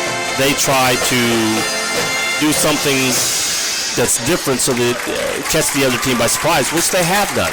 But you can't do that too often. Right, and I think that, ultimately there's going to be a very critical set of downs this second half when Wilmington takes the ball and whether they score or not. If they score, they can pretty much put this game away. This first time the Wilmington gets the ball in the second half, the very first time they touch the ball in the first half, if they march down the field and don't score quickly, I'm not talking about a quick throw pass.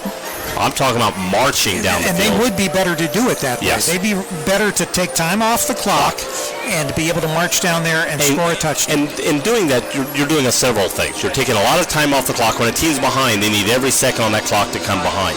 The other thing you're doing, when you go slowly, you're keeping that defense on the field. And a lot of those boys They get tired. They're going to run. They play offense and defense. They're getting tired.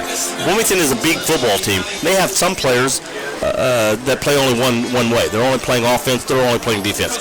Most of Hillsboro's athletic boys are having to play both sides of the ball. And unfortunately, when you get into a long game against a team, and if you're trailing, it does take it out on you. And that's what's going. That's why I said if Wilmington could take that first ball off the drive, off the kickoff of the second half, and march down the field, Eat up about 5 or 6 minutes. Minutes off the clock. We've seen them score. We've seen them eat clock when they need it to. And Phelps and Ames have been getting yardage here in the backfield on their runs, and also Evans will keep the ball and get yardage. So they're getting a lot of yardage off the run, and I think really in that second quarter, I think you saw Hillsboro's defense getting tired. A lot of Wilmington's boys were getting 3 or 4 yards quickly and then breaking tackles and gaining more yards, and I think a lot of that came from tired football players playing both sides of the ball the first half. That was a long first half. Yeah. It was a long first half. Yes. Like I said, AJ and company, they're at Fairmont, and their game is over almost. Well, there was a lot of passing in that first quarter and first half, and passing will stop the clock. And there was some penalties that stops the clock. So between the penalties and the pass plays, the clock didn't tick a lot. Wilmington's band's on the field, looking very, very nice out there. A lot of movement.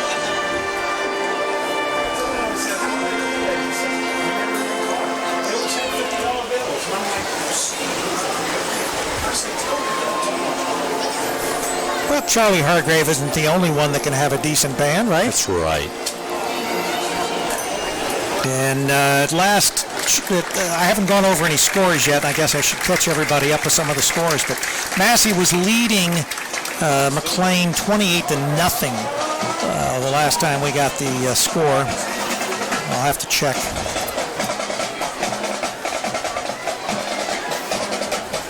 Okay, Wilmington's band coming off the field. Hillsboro's band getting ready to take the field here during halftime. 13 minutes left on the clock before the players come back out to start the second half.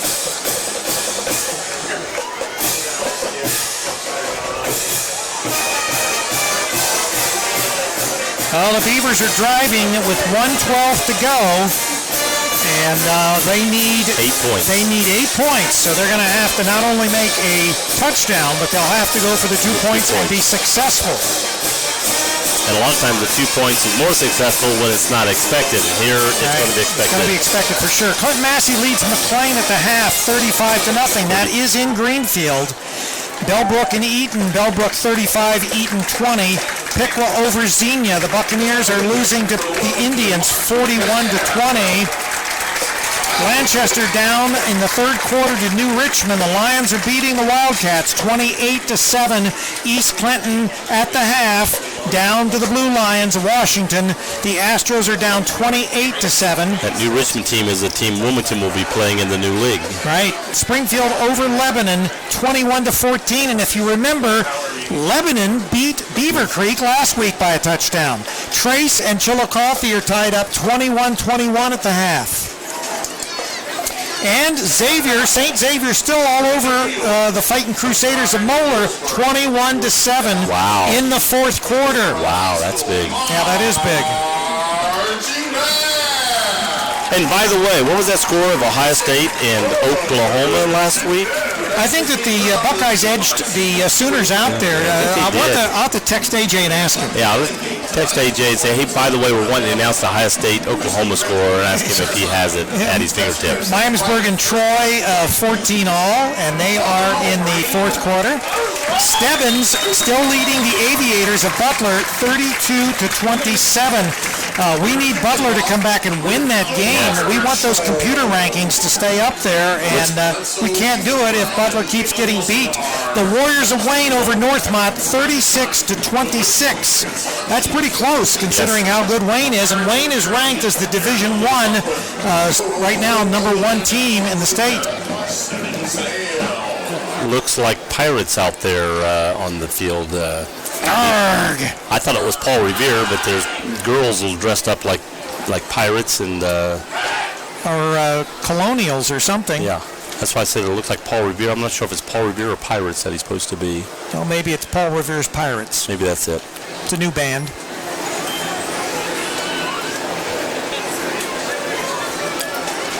I like their uniforms and their flags. Yeah. Whether they're pirates or Rennie people or whatever. It's really nice. And if you look at the, I don't know exactly what the position is, if that's the band director that's there. Yeah, that's the band director right He's there. in garb, too. Yeah, that's when I said I couldn't tell if he was Paul Revere or a pirate I or think what. they escaped from the Renaissance Festival, right? That's it.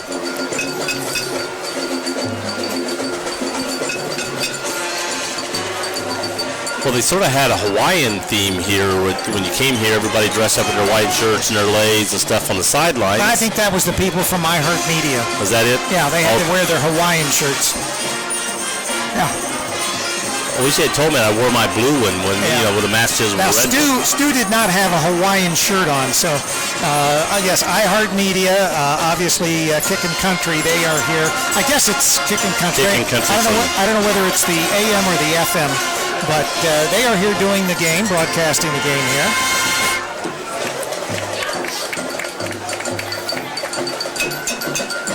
We always like to give them a hard time. Did you tell Hillsboro what we got when we went to Fairborn High School? Oh, yeah. We don't want to...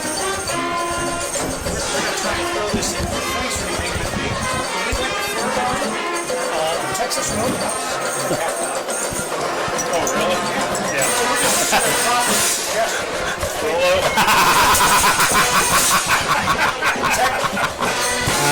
Texas Rolo. Is that what it is? It's not.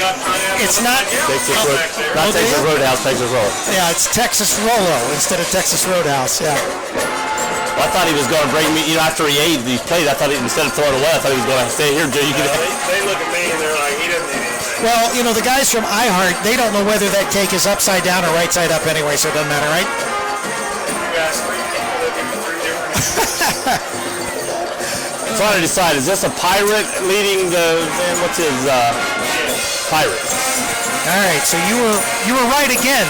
You've been right twice. Well, I've been right twice. Some kid that graduated here, he just got out of the Marine Corps or something. Oh. Let's talk like a pirate. Talk like a pirate. Hey.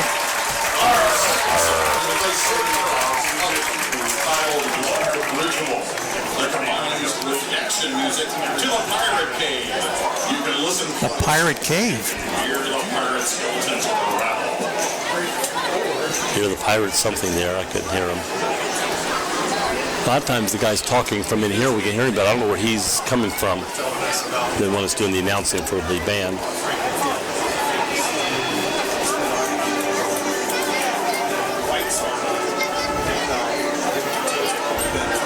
Loveland Tigers over the Milford Eagles, 27-14. Once again, they're in the fourth.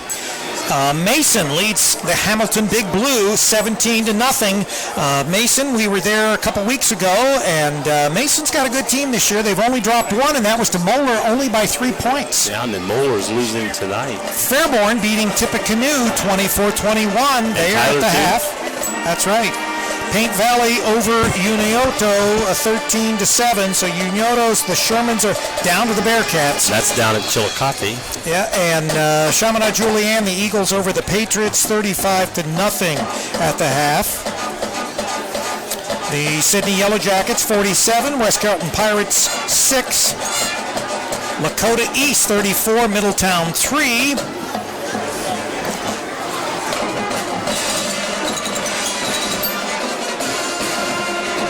Lakota West down to the Fairfield Indians 29-7.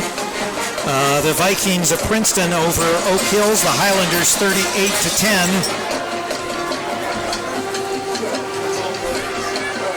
Trotwood Madison 44-0 over the Greenville Green Wave. So let's see. That's the team we beat earlier too. Yeah.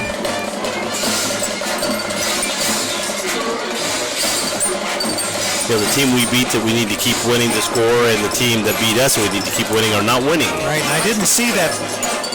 Centerville leading Springboro 28-21. In fact, that's a final. Centerville beats Springboro. Wow. That was unexpected. In fact, I was reading on Yappy, which is a forum for Ohio sports. Centerville was down. They thought Centerville might win 2-3 games at the most. And Springboro, they usually have a fairly good team. So that's a shocker there. 28-21, the Elks over the Panthers. I think they gained a lot. I mean, they had a lot of graduation last year, and they had coaching turnover, new coach coming in, and so they weren't sure what to expect. Yeah, and we won't be covering this game because it is an away game, but the Wilmington College Fighting Quakers will be at Capital University at the Crusaders tomorrow night. That game kicks off at 7 o'clock. We wish the Quakers good luck. Let's get a win in the win column. Coleraine, the Cardinals 52, the Aviators of Sycamore 7. Dayton Belmont over the Woodward Bulldogs 46-14. Once again here, the Wilmington Hurricane lead the Hillsboro Indians 41-22. We are at halftime with about 3.5 minutes left before we get underway with the third quarter. Wilmington will have the ball when they resume. Are they going to start with a minute on the clock? You said 3.5. It's 4.5. No, I said 4.5. Oh, it sounded like 3.5. Well, you have to go back and listen to the tape. I'll have to go back and listen to the tape. Joe's trying to pick a fight. That means he's going to be with AJ next week. Punishment. Oh, no. Punishment. That'd be Ohio State versus Michigan. Or I'm going to put you on Hillary Clinton's detail. God, One of the two. It's punishment, right? Oh, that'd be terrible punishment. I like this halftime by Hillsboro. Indians marching band, really nice. Yeah. And there's their fight song. Onward Beavers. It's Onward Indians, I'm assuming. I've heard this, refereeing, I hear this fight song a lot. A lot of schools seem to have this fight song. Yeah, well, all the intelligent, great schools choose this as a fight song. And even Wisconsin.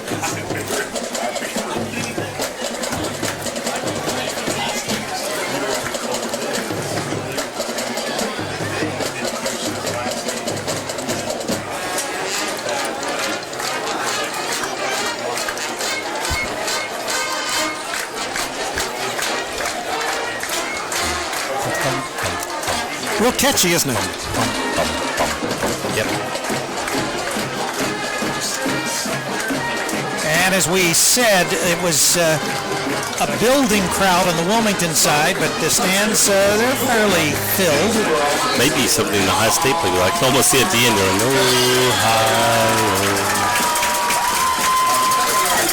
Wilmington team running back on the sidelines there. Here comes Hillsboro down the hill. 2:31 left on the clock as both teams are now starting out to get warmed up for the second half. I'm going to see if I can text Marty and ask him if he can divulge. A couple of Wilmington coaches walked out by us going out of here. Well, I'm going to see if when they come back in to go up, if maybe we can get something from them regarding dialogue too. We also got brand groupie t-shirts way over on the other side. Oh, wow. Beaver Creek ties with 17 seconds remaining. Beaver Creek comes back. They score a touchdown and do the 2-point extra. It's 14-14. Beaver Creek and Fairmont, they're going to overtime there at Fairmont Stadium in Kettering. 6590. That's 6950. You can pick up your cash on the other side at the band booster booth. $93. So that's interesting. Barring an overtime here, we may just catch up with AJ and them, and we'll be back on schedule as far as meeting up in Xenia, where we meet to exchange equipment and everything.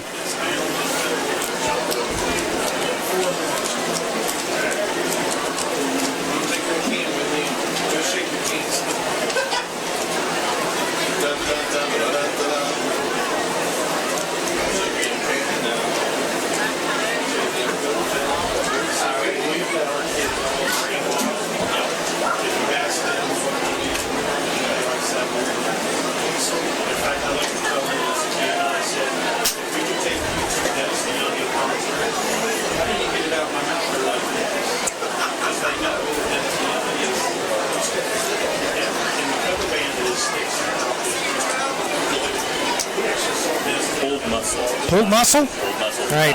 Well, then I'll. It's just cautionary. Yeah. So. Mostly precautionary, but he said if he was well enough to play, he would play. All right.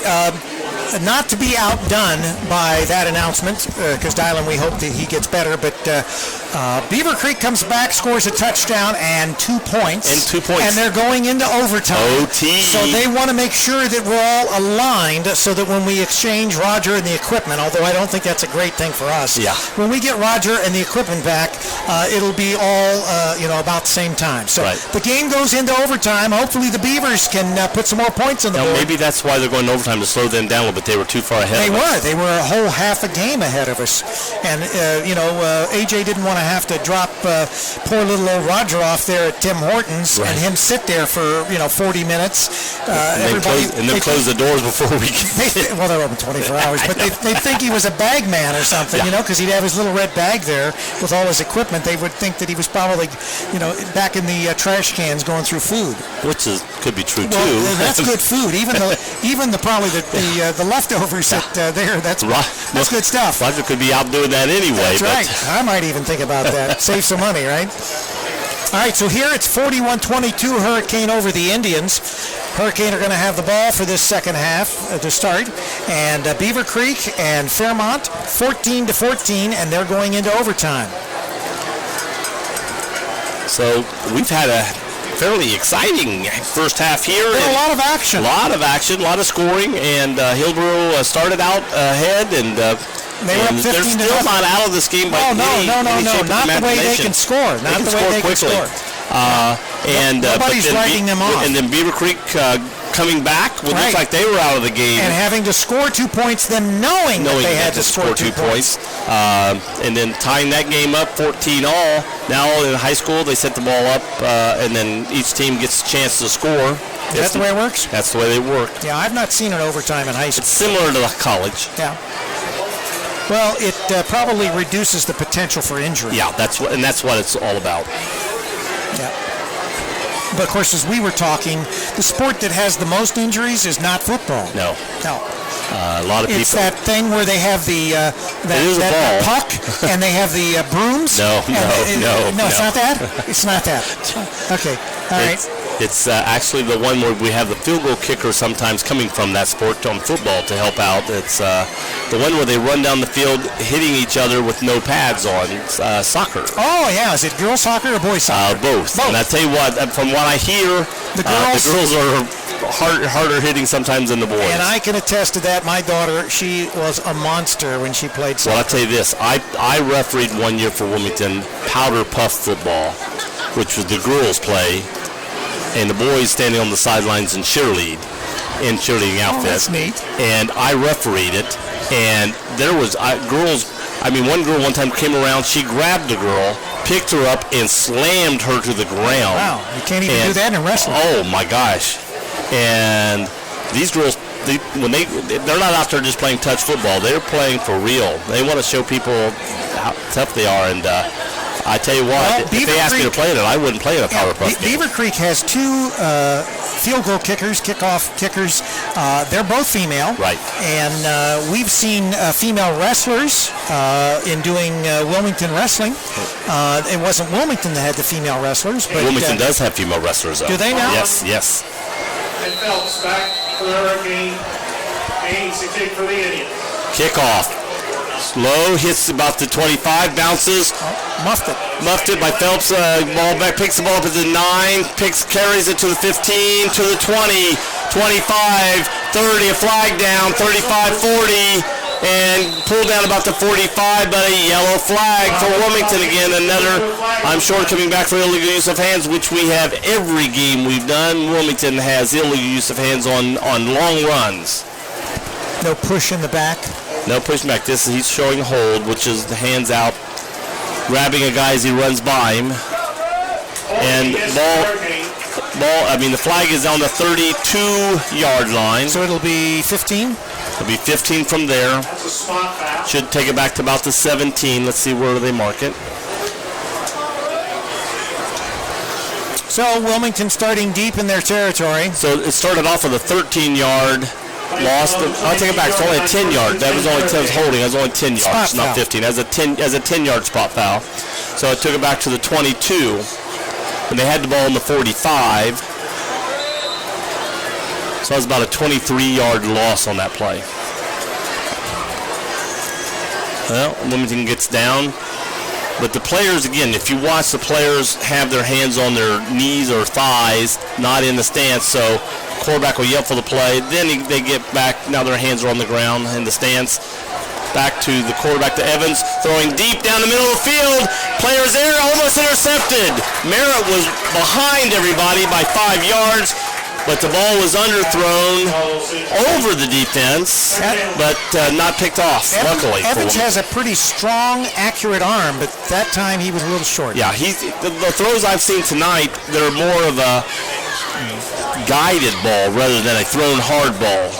And Merritt had everybody beat by 5, but the ball was about 7 yards underthrown, and luckily was still over the defense. Again, handoff to Phelps, going up the middle, goes underneath one tackle, hit again, and brought down immediately. Going to be about a yard gain on the play. Not much on that. Going to be 3rd and 9. Beaver Creek 21 and Fairmont 14. Beavers win it in overtime. Did they win? Yes. I don't know if it's final. That is a final. Okay. So they were down and came back and scored 21 unanswered points to win that game. Right, that's tough for Fairmont. 21-14, Beavers win. Okay, about 3rd and 9. Long pass down the field. Oh, hit Matt Smith in the arms, but he could not cradle it in. And that would have been enough for a first down. He was about the 35, 36-yard line, but 4th down, Wilmington's going to punt the ball now. Again, we were talking about how important it was for Wilmington to come out in the second half on the first drive. And it's good. The Indians actually shut them down. So now this is going to stay a ball game. Indians have a chance to score here. Let's see what happens on this punt. We could have a muff play getting Wilmington back the ball. We could have a run back for Hillsboro. Punt. There it's in the air. Fairly high. Coming down on the 49 of Wilmington, going up, bouncing, then going out of bounds. Close to the 45-yard line of Hillsboro. Let's see. Good field 45, position 46. 46 with 47. About the 47-yard line of Hillsboro. About 3 yards shy of midfield. Hillsboro's got decent field position, almost midfield. Again, if they can do one of those quick snap scores that they've done, either a pass or breaking through on a runway, they can put a hurt on Wilmington again, get back in this game, get their crowd back. Their crowd has gotten very quiet over here. Now they definitely need to get the crowd back in the game. Hillsboro lining up. Wilmington's back on defense. Let's see. Fake handoff, quarterback fake the run back good. 28, that was Gallimore. Picks up a few yards. Yeah, Devin Gallimore. Looks like 3, 4. 4, at least 4, almost, I bet 4-yard gain. It's hard to tell. Wilmington went for the fake and were tackling, and he didn't have the ball. Gallimore did. Bring up second down. 2nd and 6. Second and 6. From the 49-yard line of the Hurricane. Hillsboro needs to stay in their game and keep doing this. And not try to get it all at once. Right. Because one of those will break free, and that's what's happened in the past. Right. And in And motion. in motion, quarterback keeps it going around, throwing deep down the field, underthrown and almost picked off by Wilmington. Change pass falls incomplete. Number 23 was on defense for Wilmington. And I got a 22 and a 24, so I don't know who 23 is. Are you reading off of Wilmington? And I do have Wilmington's this time. I'm not looking at the wrong paper. All right, just want to make sure. You're old, Joe, and you got to be... My paper goes 21, 22, 24, 25. There is no 23. So sorry, I would give your name, but I don't have a 23. Again, 3rd and 6. Not much. Not much. Hitting the backfield, maybe even lost. Gallimore on the carry. Stop behind the line of scrimmage. Stop behind the line of scrimmage. Gallimore had the ball that time. No gain, and in fact they lost. It's going to be 4th down and 7. And about 7. Ball placed exactly on the 50-yard line. Wilmington throwing Vaughn back. Jake Vaughn back for the Hurricanes. Change kick for the Indians. Number 11 in to kick for the Indians. That is Hunter Chain. That's a quarterback. Jake catches the ball, runs up to the 20, to the 25, hit by a host of Hillsboro and brought down. About a 7-yard run back. I think he got the ball about the 18. Ran the ball back to the 25. Wilmington will get the ball again. Place about the 25-yard Again, line. Wilmington, it keeps shooting themselves. They had a nice run back on the kickoff. Got the ball up toward midfield to start off play. And then we have the penalty, go back, and and that hurts. It takes that's like getting hit in the gut sometimes, and it's hard for the team to keep coming back from those type of things. Wilmington has to clean those up if they're going to make it to the playoffs. To make it to the playoffs and do a playoff run, you got to clean those things up. All right, we're in the backfield. Phelps in the backfield. 2 right, 2 left. Hand off to Phelps, and he's being drawn, trying to run around to the right side. Oh, yellow flags coming down all over the place. We have flags on the play. All righty, let's see what happens. He tried to run around to the right side. He was being grabbed by a bunch. Face mask? I'm not sure what we have here. I don't know if everybody saw a hold, everybody saw a face mask. Let's see what happens. We have face mask against Hillsboro. Against Hillsboro. That's unusual. Yeah. 5-yard penalty, places the ball at the 29-yard line. So we're going to mark it up. Ball's going to be placed at the 29-yard line. And first down. And about 6. All right. First down and 6. Pass. Fake handoff. Here goes a pass. He's wide open. Oh, he's wide open down the field, but he threw undercut knee to Merritt. Merritt's being tackled out of bounds about the 38, 39-yard line. First Matt down. Smith ran deep and was wide open. If he'd have saw Matt, Didn't see him. he didn't see him. Brought down at the So the chains are moving. Wilmington's on the march. When he came around the left side, Matt Smith ran long while Merritt cut his path off, and he threw to the underneath Merritt. But Matt Smith was wide open down the field. Once again, Wilmington Phelps in the backfield. Phelps gets the ball, being grabbed in the backfield, gets away, but no, tackled immediately again. It's going to be for a loss. It's going to be a loss of 3 or 4 yards. Good D by the Indians. Very good D. They smelled that play before it got started. Ball back at the 34-yard line. Ball's on the 34th shy of the 30. About 13. 2nd down and 13, almost 14.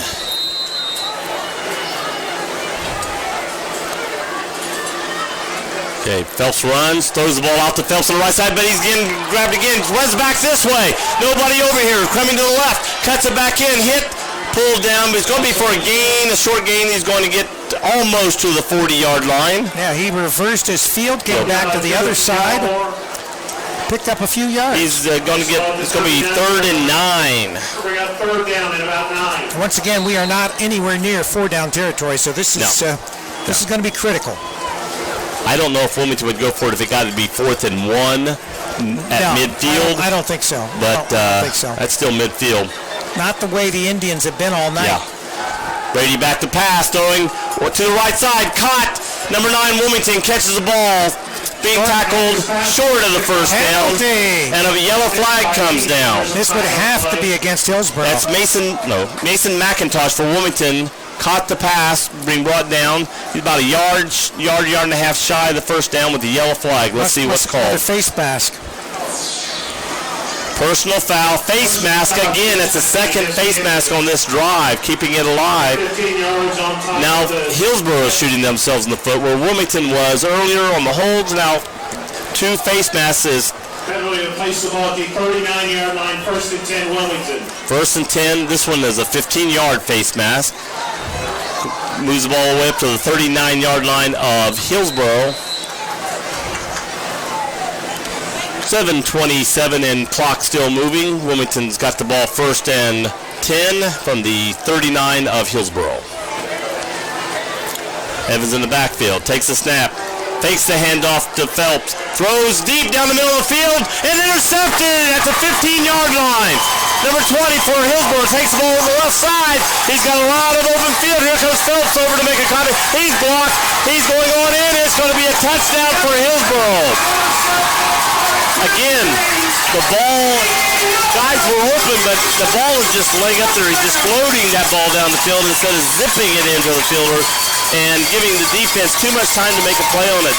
That was a good interception, a good run back by the interceptor.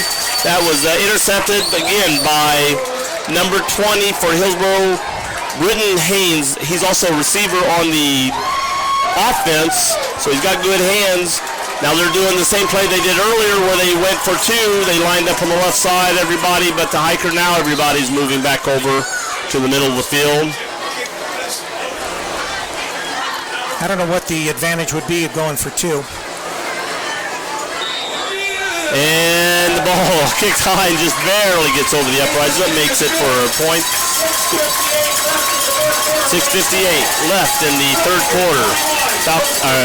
Indians 29, Hurricanes 41. So it's now back down to a 12-point game. So that's what I'm saying. If Wilmington scores, they may go for 2 so we don't go back to this.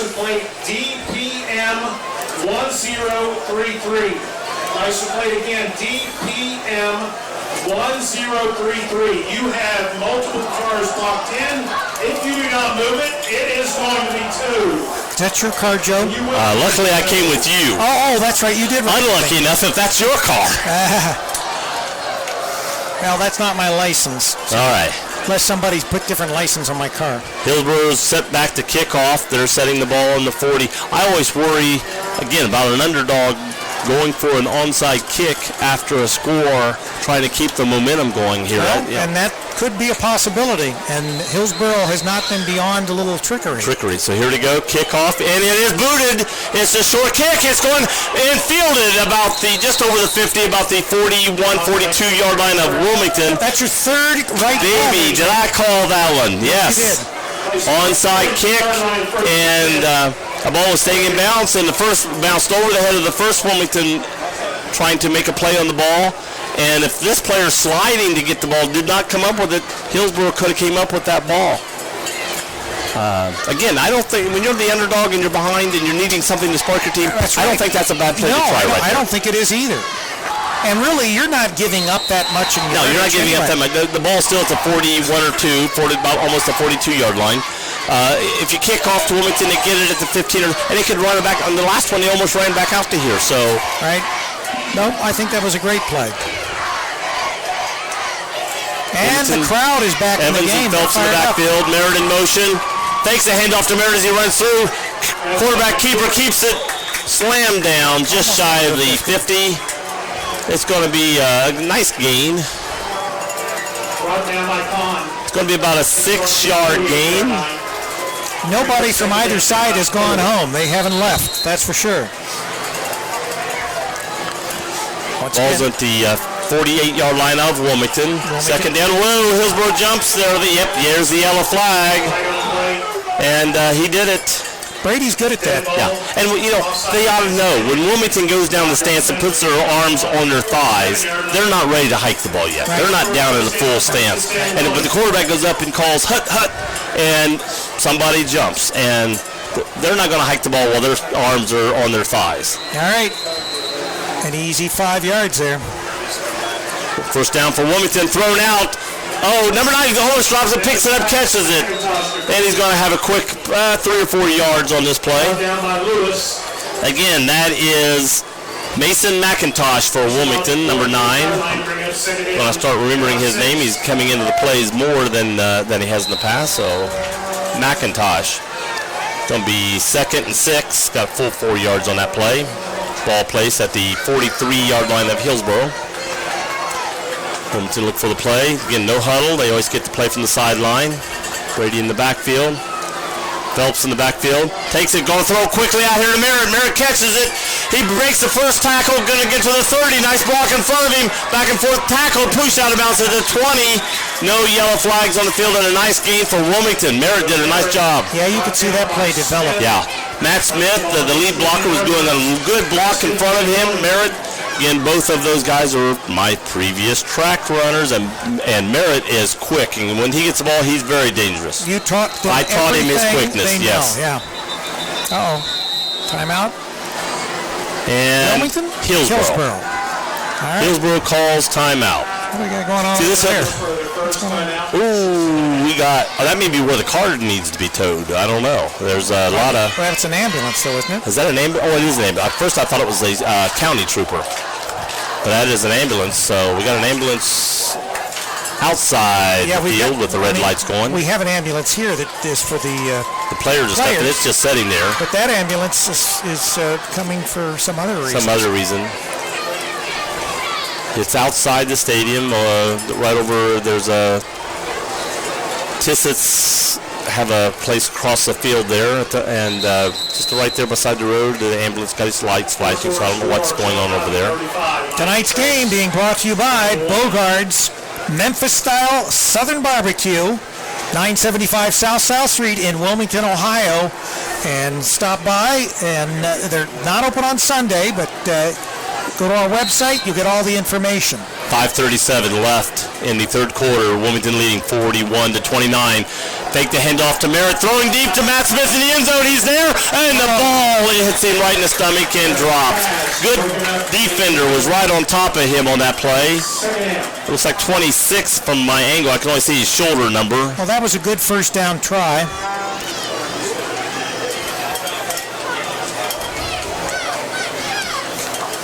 Can you see the number 25? The Indian?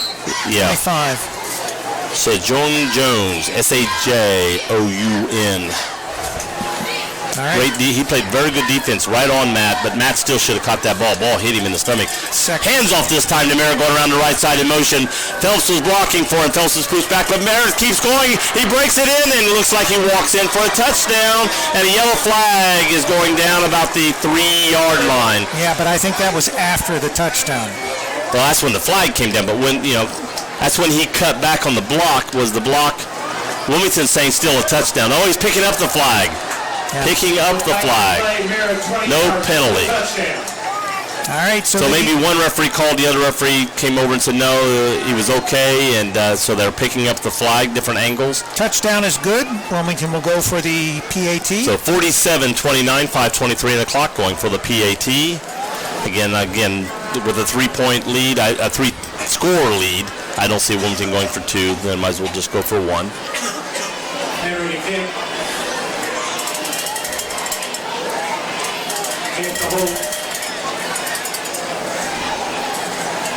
This will put Wilmington up again by 19 if this goes through. Wilmington leading at this point by 18 points.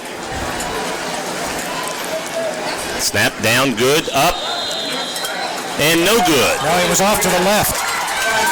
So, 29-47, Wilmington leads by 18, 5:23 left in the game. 18 is 6 points with no extra points on all 3 touchdowns. Right. So 2 14s and only 4 points. So a two-point conversion is not going to help Wilmington at this point. We're going to put them up 6. That doesn't matter. They just need to put more They points just need on to the put board. more points than Hillsboro puts up. Right. And right now, every time Hillsboro scores, Wilmington comes back to score, and Right. that's defeating to a team that's behind. You get elated by your score, and then when the other team comes down to score, you delate, and You delate? you delate. I was hoping nobody picked up on that. You deflate, and I hate it when I delate. Oh, I always hate it. I've never liked delating. No, it's No. it's almost worse than deflating. Yeah, it actually is. Oh, it is. Yeah. It is. I think faster than I talk sometimes, and that's bad. Is that it? Yeah. Kick off, ball high in the air, going down, being caught at the 11-yard line, being brought out by Hillsboro, number 6, and he's tackled over the 20, looks like it may be about the 23-yard line. So Mason Swain, Reed and Padgett brings him down, and he or somebody is still on the field for Hillsboro. Placed around the 24-yard line. First and 10 Indian. Timeout for an injury. I can't really tell what's going on over there. It's not like they have a... I don't see anybody moving around. I just see the lights flashing, but I don't see people walking around it or anything. There's no squad. There's no... I don't see anyone in the stands over there on the No, Wilmington I don't side. even see anybody, like I said, paying attention to it. I don't know, unless they're just trying to get a good parking space. Yeah, maybe that's it. See the game. We do have an Indian down on the field. Yeah, I don't know if it's the one that ran the ball back or if it's one of the blockers. It is the one that ran the ball back, Swain. And no minimum balance to score. Mason Swain is setting up now. May have got the wind knocked out of him. Yeah, he's up. Holding his stomach, so I think possibly that's what happened. I think he got the wind knocked out of him. I don't know if he's holding his right arm up or if he's holding his stomach, but he's walking on his own accord off the field. That's always a good sign. Massey beats McCain 56-0. Washington over East Clinton 42-15 in the third quarter. Springfield and Lebanon. Lebanon comes back. They're leading Springfield now 28-27. Wow, good game. That's good for Beaver Creek. That's an excellent game. Yeah, it is very good for Beaver Creek. Chillicothe 42, Miami Trace 21 in the fourth. Hillsboro down, man in motion, number 32. It's Gallimore throws out to the right, throws behind, number 25. Sejon Jones for Hillsboro, or he would have caught that ball with some movement on him. That could have been dangerous for Wilmington. That was a nice play, doing a slant in, but he threw behind him. The Bombers of St. Xavier beat the Fighting Crusaders of Moeller 21-14. Again, we got 5:13 on the clock. Wilmington leading 47-29. Hillsboro has second down, ball on about the 23. Second down and 10. We still have a game here. It's... Hillsboro has a chance to score quickly. They have shown that all night. Oh, yeah. This is only the third quarter. Quarterback keeps it running around the right side, but gets pulled down. We're just about ready to pitch out to Gallimore, but he was being grabbed, so he smartly kept a hold of the ball, so it was not a fumble. Yeah.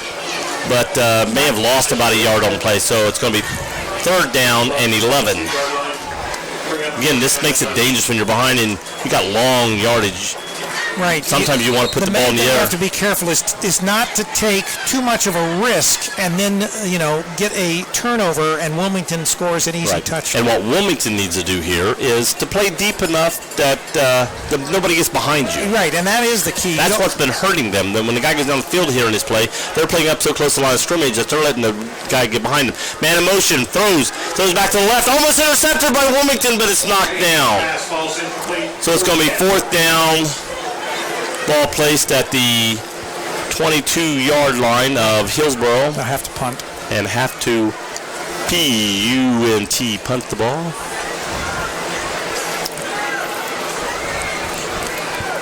.424 left on the clock. Hillsboro has 2 timeouts. Wilmington has all 3. Wilmington leading 47-29. Hillsboro back to punt the ball. Wilmington has 2 men back. Camp and Vaughn back. No, that's not Vaughn. This is 30s. Who's this back for Wilmington? Merritt. Merritt's going to catch the ball. Catches the ball to 47. Gets over the 45, over the 40, and brought down. Looks like they'll maybe giving to the 39 for forward motion.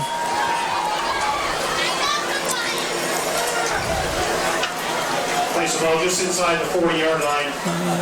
They're going to give him maybe a ball over the 40, and maybe a ball all on the 40. Final score, Clinton Massey. Thought he got to the 39 when he was pushed back, but I think they're going to put the ball smack on the 40. They're not going to give him that 1 yard, but when he got pushed back, they're going to put him where he went down.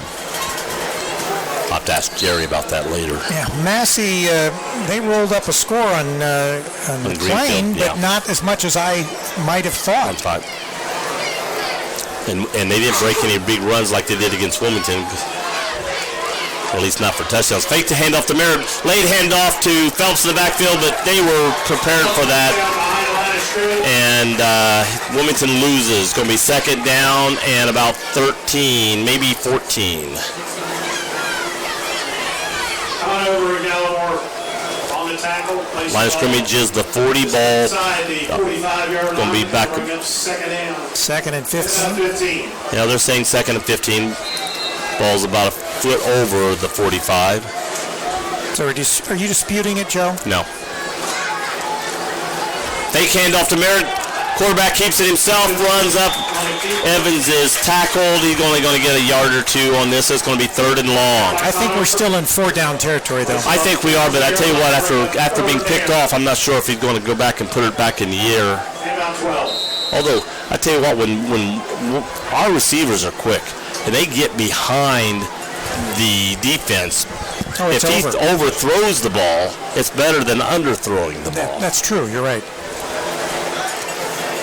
He's just not been, tonight I've not seen any zip on his passes. He's trying to put touch on everything, and sometimes you can't throw the ball deep with touch sometimes when there's defenders there. Okay, fake handoff. Evans running around to his right, throws the ball, caught by McIntosh, and that looks like it's not a first down. Got by the original line of scrimmage. It's going to be place the ball inside the 40-yard line and bring out fourth down. Fourth and 12. Fourth and 9. Fourth and 9. So, Wilmington looks like they got a punt. And they are set back. I thought maybe, like you said, I thought maybe they might go 4 downs here. If nothing else. Unless they try something tricky. They could. Blumenfeld and Jones. Back for the Indians. It is a punt. Punted by number 28, Wilmington. Ball's hitting about the 2-yard line and bouncing into the end zone and out of bounds. So it's going to come out to touchback. Yep, touchback. They were trying to call the cough guard. That ball almost hit and went out of bounds, and that would have put Greenfield would have put Hillsboro back about the 2 to 3 yard line, but the ball hit and took a left bounce into the end zone. Nice punt.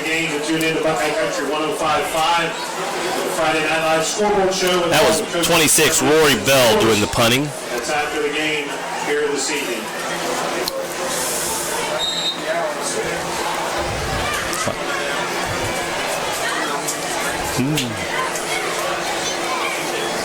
All right, going to be a Gallimore out to the left side and being thrown out of bounds. Hillsboro wanted a flag, Jake Vaughn grabbed him and pulled him as he threw him out of bounds. But the referee was saying he was grabbing him inbounds as he pulled and it wasn't happening out of bounds, except that the fact that he went threw him down. But if you throw him down like that on the field, there's no penalty, and so what he's saying is that was all in the action of the tackle, so there's no extra penalty for that. Thank you, Jerry.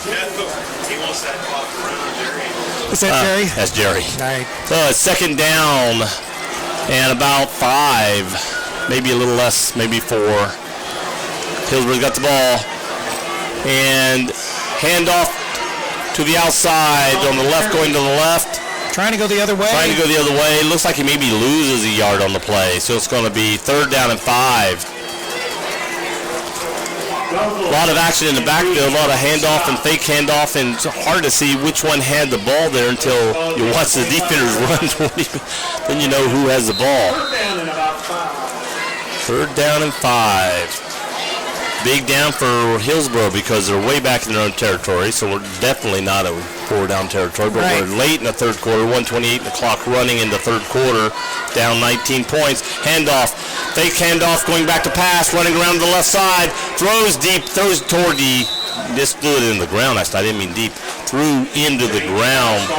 Gonna have to ball hit about the 25, and they're going to punt the ball.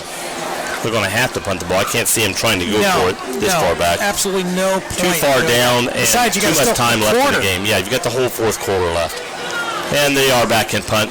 The quarterback is also the punter. So sometimes, you can have a situation with your quarterback is your punter. Well, that was like Matt Credit last year. Yeah. For the Hurricane. He was, he did double duty. For the Hurricane Shane. Jake Vaughn back for the Hurricane. Shane to kick for the Indians. Shane back, gets the ball. Ooh, almost got blocked, but gets it up.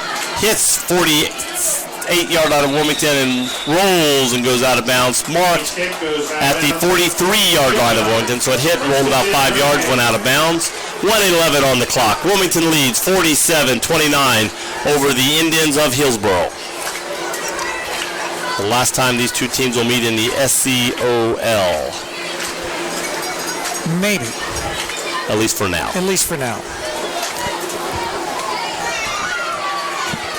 Sort of like that question last week about when was the last time that Wilmington beat or lost to McLean? McLean, right. Yeah. A lot of not playing each other in years, and then they came back and played each other again. And what's that Roy Rogers song? Until We Meet Again? Is that Roy Rogers? That's Roy Rogers. No, that was Bob Hope. Well, I thought. And Phelps gets the ball in the backfield, hit, pulled down, gets away, but still loses yardage. I know that Roy Rogers makes a mean roast beef. Does he? Yeah. Wow. Yeah. Was Trigger, was it? I saw the 4-yard line. Bring up second down, about 13. No, it was Roy Rogers. Until we meet again, happy travels to you. Don't break anything. Until we meet again. Okay, that's enough of that. Evans in the backfield, takes his quick snap to Matt Smith, catches the ball at the 50. He's going out from 40, 45, 40, 35, 30, 25, keeps on the field, breaks a lot of tackles, and goes in for the touchdown. I look around, I don't see any yellow flags on the field. He cut across the field. That was my behind the linebacker. That was my running back and track. The one that you taught. When I tell you what, I had to teach Matt. Now, Meriton, but Matt, I did had to teach him some running styles. So. Yeah, did you? Okay.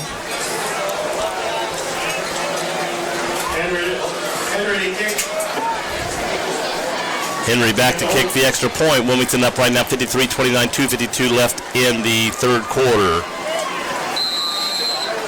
Much like the Greenfield game, Wilmington's starting to pour it on now. Yeah.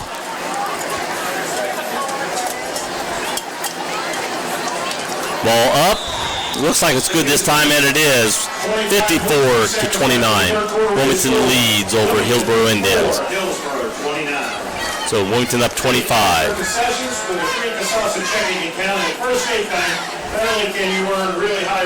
Yeah, with 25-point lead, I don't think Wilmington's worried about the missed extra points and stuff now. No. For details, member FDIC. Jerry Savage down there giving some sage advice, I'm sure. Do you get like money when you would name drop all these names? I ought to tell Jerry he owes me some money for mentioning his name on the air. You know, isn't the 2 cheeseburgers that I get you every game? Isn't that enough? I need fries tonight. I'm hungry. Fries. Yeah, fries. All right.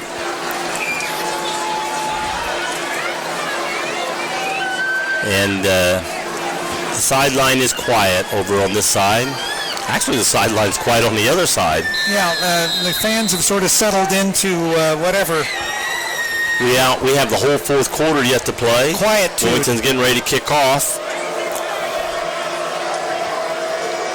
Kick is squib kicked. Hits about the 30 or 25. Picked up at the 15. Over back to the 30. Going to be maybe just shy of the 30-yard line. Tell Jerry's running like an old man out there. He is an old man. Jones on return. Putting the nose of the football on the 30. And Reed on the tackle. Place ball at the 30-yard line, first and 10 Indians. Ball plays for the nose on the 30. First and 10, Indians. This game, 2:10 on the clock. I was going to say, this game is like 5 quarters long. Oh, it seems like it.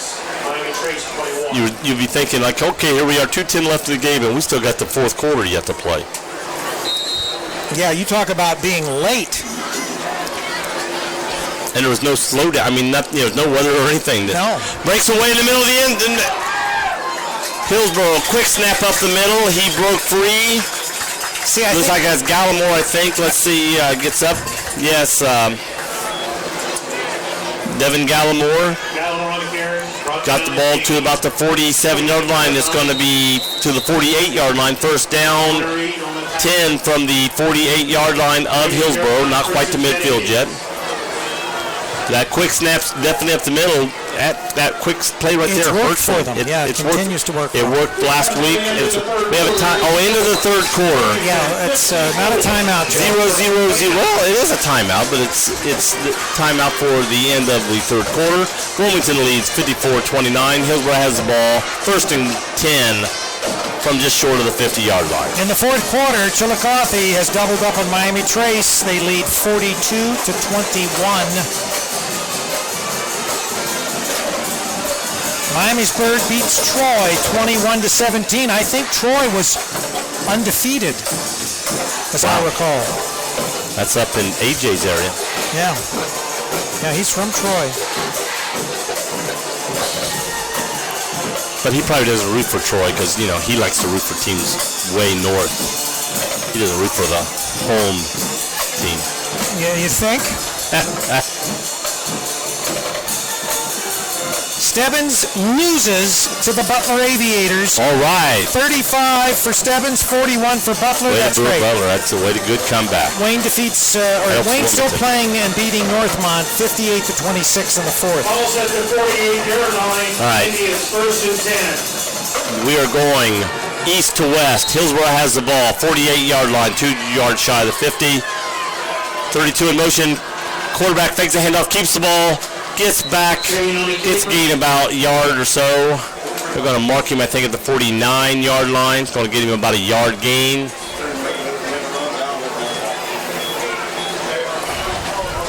Chariska and Hickey on the tackle.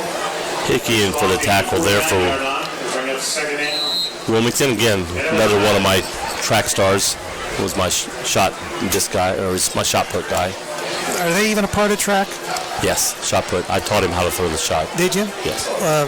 Or you caught him? Gallimore in motion. How to catch it? Handoff on the... A lot of action, but A lot of action out there. Coming back, crossbuck play, or at least what we used to call the crossbuck play. Faking going to the right, coming back to the left. Number 10 for Hillsboro got the ball coming back this way. So who was your javelin thrower? Billy Jenkins was our javelin thrower. No, he was our catcher, javelin catcher. Javelin catcher. I'm sure his parents appreciate that tribute. That's the one that they now call Lefty? Yeah, that's the one they call Lefty. Indians up to the line. You got 3 men in the backfield for handoff, fake handoff. Goes back, throws, catches the ball over the middle, and immediately tackled by Wilmington. So short gain. I don't know about them, but I'm tired. Yeah, I'm getting tired up here. It's warm. He breaks the 50-yard line by a little over about 2 yards. So it's going to be fourth down and about 7, 6.5, I'll say. That's what our announcer said, Joe. Yeah. The echo. Echo, echo. Pickla beats the Xenia Buccaneers 55-20. And Bellbrook leading Eaton 35-33. That's kind of a close one for such a big score. They're going for it, fourth down. Wilmington can get the ball near midfield if they can stop him. Fake handoff. Quarterback goes back to his right, throws. It almost intercepted. Wilmington. Great defense. Better to knock it down. DJ Ames jumped in front of the ball, almost caught it, but knocked it loose. At least, but fact better there to knock the ball down than to intercept. That's what I was lost saying. yards. Yes, I'm saying that. I don't pay attention. I know. I'm giving the sage advice here. The sage advice. Wilmington takes over on downs. 9:42 left in the final quarter, leading 54-29 over the Hillsboro Indians. They have the ball at the 48-yard line of Wilmington, 2 yards shy of midfield. 1st and 10. Phelps in the backfield with Evans. 2 wide each side. Merritt in motion, fakes the handoff, throws deep down the middle of the field, but overthrows number 9, McIntosh. Surprised they actually are going for down the field, not just running the ball and running off some time. Yeah. You figure it's 4th quarter. You got a nice lead, 25-point lead. You might just run the clock and get it. It's almost like they want to show who's in charge here or something. Scott doesn't usually run scores up, Yeah, I'm just trying to say, why would you run the pass play? This isn't Wilmington basketball. No.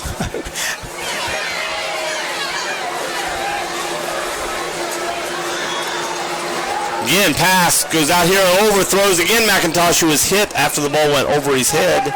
Gotta watch. That can be a penalty for hitting a defensive receiver, because once the ball passed him, getting hit, but no penalty on the play. Jerry goes, he didn't mean to do it. Is that spoken like a pirate? That's spoken like Jerry Savage. He didn't mean to do it. So it's 3rd and 10 for the 40. Wilmington comes out and runs 2 pass plays instead of running the clock. I know, and it's ticking the clock. strange. Now he's going to go back and try to pass because of 1st down. Throwing short, intercepted. Hillsboro gets the ball at the 48, so they're back where their original line of scrimmage was last time.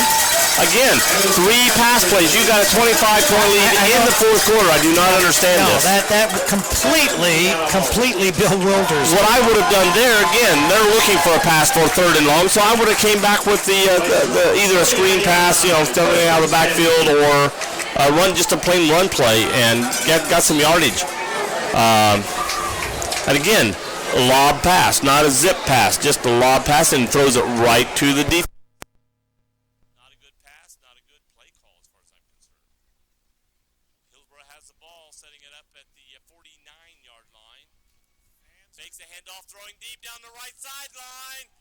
Wilmington, great defense by Jake Vaughn as he got there. He turned in front of the offensive player who was right there for the pass, turns, and almost intercepted that ball. If it wasn't for the offensive player playing defense at that time, Jake would have intercepted that pass. Great defensive play by Jake Vaughn, running with the receiver, turning at the right side time to receive that ball. He is the defender. That is defense. I said the offensive player turned into the defensive player. Oh, is that what you said? And knocked the ball away from the defensive player who was getting ready to intercept the pass. Oh, okay. All right. My eyes are glazing over when You got to listen to this. Your sage advice. Listen to my sage advice. 2nd down and 10 from the 49. Hillsboro back to 3 men in the backfield. Goes back, fakes the handoff to Gallimore, throws back to the right side. Tried to catch the ball as he was sliding down. Number 25 for Hillsboro, but unable to pick up the ball. Sejon Jones. If he could have kept his feet, he might have been able to make that Yes, catch. He was sliding. and trying to catch as he was sliding and just couldn't come out. And the ball got too low, hitting the ground as But he was catching. safe. He was safe. Underneath the tag. All right. So now they're like Wilmington, 3rd and long at the 10. You know they're probably going to pass the ball. Are they going to put it up and Wilmington be ready for the pass, or are they going to come back with the... I think this is 2 down territory Again, for him. this far down they ran for it last time. So again, I maybe fake him out and not go for the pass, but they're going to go for a pass. Goes back, throwing deep down the right sideline. Jake back again. This time he does intercept the ball. Fool me once, you can't fool me twice. And again, he ran right with the guy going down the field. As the ball comes, he turns into the offensive player, jumps up, and just makes a great play on the ball. Now, with that kind of play, you can't really blame the quarterback because he actually released that ball before either of the players turned around. So that was, a timing play. And if nothing else, if you're the offensive receiver, you hit him. You don't let the receiver intercept the ball. Take the penalty, keep the ball, get another chance to do something. Right. Don't let the guy intercept the ball at that time. The ball did fall a little short. The defender was behind him, but the ball fell short, and Jake was right there to make a great play. So now let's see if the Hurricane just run this out. Hurricanes have the ball at the 15-yard line. Fakes a handoff, keeps the ball right back to the left. He breaks around the left side, breaks around. Oh, here comes the yellow flag. He may be running for a TD, but this ball's going to be coming back. Every time Wilmington makes a great play on a long run, it will come back. The flag's yelled standing at the 29-yard line. They probably have 200 extra yards that are not counted. Oh my gosh. Every time Wilmington has a great run, somebody is illegally using their hands. Hold Wilmington. Coming back. If this is a spot foul, it'll be marked off for the 29. It'll be marked down to the 19. It'll be first down and probably about 7 yards or 6 or 7 yards.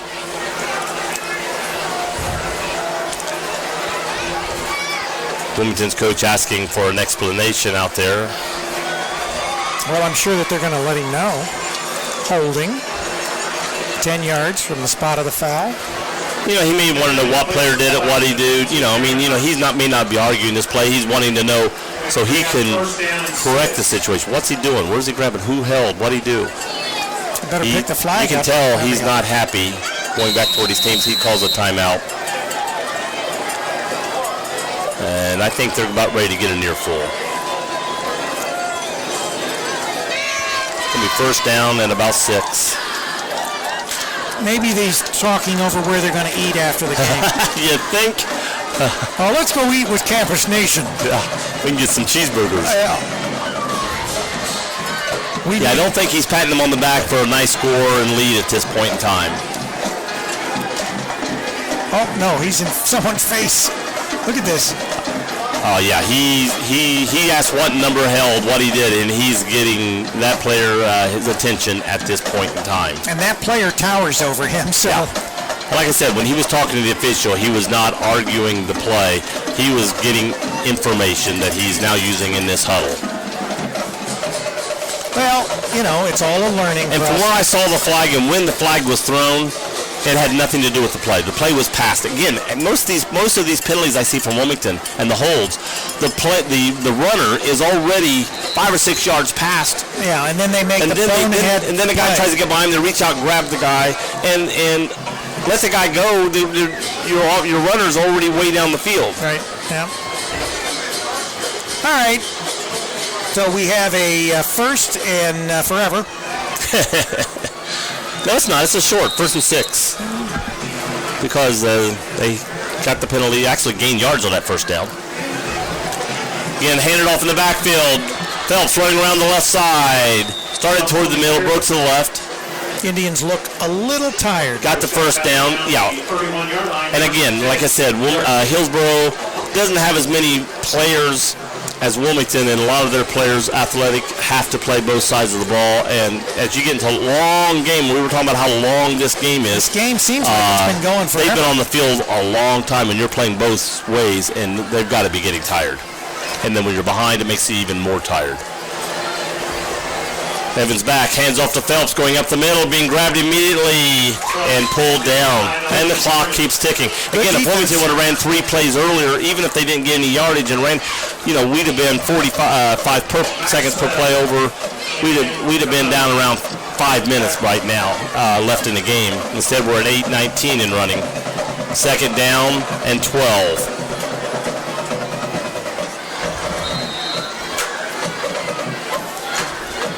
Evans back, Phelps in the backfield.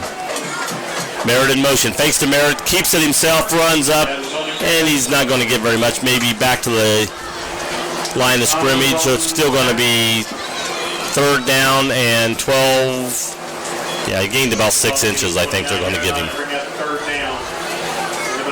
They're going to give him 11. I don't think he gained that much, but he's almost 2 strides short of the 30, and the 30 is the original line of scrimmage.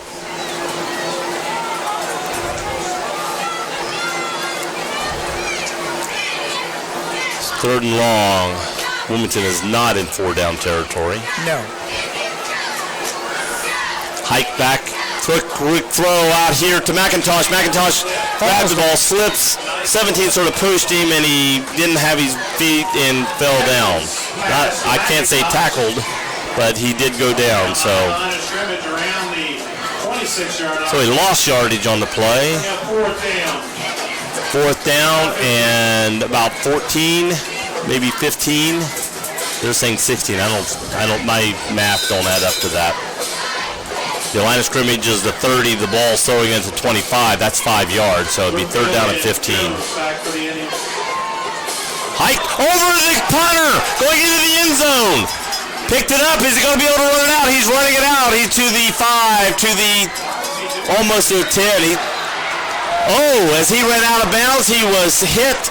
We have flags going up. Now what's going to be called here? Ball was run out of bounds around the 6-7 yard line. He ran out of bounds at the 7-yard line. A lot of times it's better to just take that ball out of the end zone, take the 2 points, and get rid of the ball. He ran it out to the 7 where they can come back in for a touchdown. It's their ball, but as he ran out, he got hit out of bounds. And you would have to kick the ball, but still at least you'd be kicking it. Is this going to be an automatic first down? That's the question. Well, that's what I would. No, it's a 15-yard penalty from the spot, I guess. Right. But that's going to be 21. That's going to help out a little bit because he could have went to the out of the end zone, gave him 2 points, and then gave him the ball on the 20. Now the ball's going to the 21-yard line. Well, will they kick, or will that be where it's spotted for them to take? Well, let's see. It could be fourth down again. If it's a penalty. Yeah. Then it could be fourth down, so they could kick from there. Yeah, that would be a big turnaround. And a big mistake on the part of the Indians.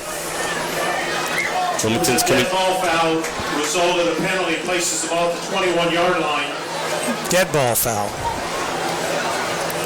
But it's not an automatic first down. I thought maybe personal foul there. Sometimes those personal fouls are like roughing the kicker or something, or automatic first down, but that's not. Wilmington's back in punt formation, so it's fourth down. So they lost yardage on the play, but gained yardage on the play in a way by getting the ball back. The punter is short. He doesn't look very tall to me. How many guys have we got on the field for Hillsboro? Looks like they got half the 1, 2, 3, 4, 5, 6, 7, 8, 9 out there, and then we got 5 or 6, 7, 8, 9 down here standing. They're on the field. 5 or 6 yards on the field. That could result in another penalty. If they don't come off the field. But we don't have 11 guys out. We got a timeout. Referees are over talking to Killen. I don't know, maybe Killen's trying to say, hey, wasn't that an automatic first down penalty or something? I don't know. He's talking to the officials. So Hillsboro they weren't sure what to do. They were saying they didn't know which guys to send on the field, I think. And so everybody seems okay with what was going to play. Here comes the play was the ball was out of bounds at the 6-yard line. Dead ball foul after the play. After the play, because now it's going to be first down. That's I was thinking when he got hit, he was hit out of bounds after the play. So that means it's Hillsboro's ball at the 21-yard line. Right. That's what if it was during the play, that could be an automatic first down. After the play, when he said dead ball, after the play's over. Hillsboro's got the ball. Then boom, Wilmington's hit. So that means Hillsboro ball. All right, Indians have the ball. 21-yard line, first down, 6:32 left in the game. Keeps the ball up the middle and tackled immediately. Gains about maybe a yard. Gallimore on the carry. Gallimore got the ball. 6:18 and running. 25 points down, 29 at 54. Second down, 9 yards. If you want to get back in the game, if you really want to try to get back in the game, you can't keep running 1-2 yards on the run. They're going to have to put the ball in the air.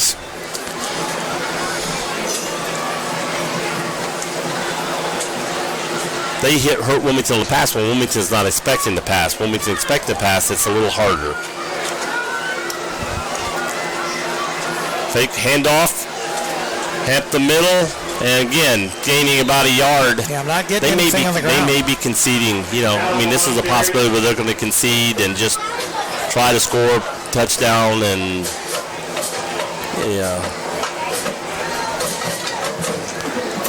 Third down and 8. Gain of about 1, bring up third down and about 8. Ball's placed nose of the football just over the 20-yard line. Got to get down to close to the 10.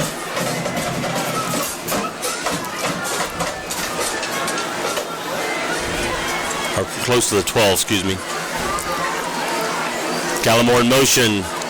Pitch out, coming back this way, and flag goes down. This ball's coming back. 25 running around, getting hit, tackled near the goal line. On the ball's going down, scoring a touchdown, but it's coming back. Both teams like to kick themselves as if something happens. That hold though could have been one that freed him to make the run. But I think he was passed when the hold was behind him. I don't think that guy was going to do anything. So that'll move the Indians back. Spot foul from the flag. Spot foul from the flag, 10-yard penalty. Ball's being moved back. The ball at the 33-yard line. 33, got to get down to the 12, I think. Bring up third down and about 22. They're saying third and 22. Got to get down to the 11. Is it the 11? Yeah. So they're out of the red zone, now at the 33, have to get to the 22. They've got 11 yards if they can get to the 22 for their touchdown. Evans back to the pass, throws deep. Oh, number 33 goes up to make the catch. Ball goes through his hands as Ames hits the defender, or the receiver, excuse me, at the just as he was going after the ball, so incomplete. Now it's going to be fourth down and eternity. Fourth down and 22. Ain't no sense in punting the ball here, of course. We're in fourth down. Fourth down territory for sure. All right, if you've got a very special play that you can pull out of your hat of tricks here, this would be the time to use it.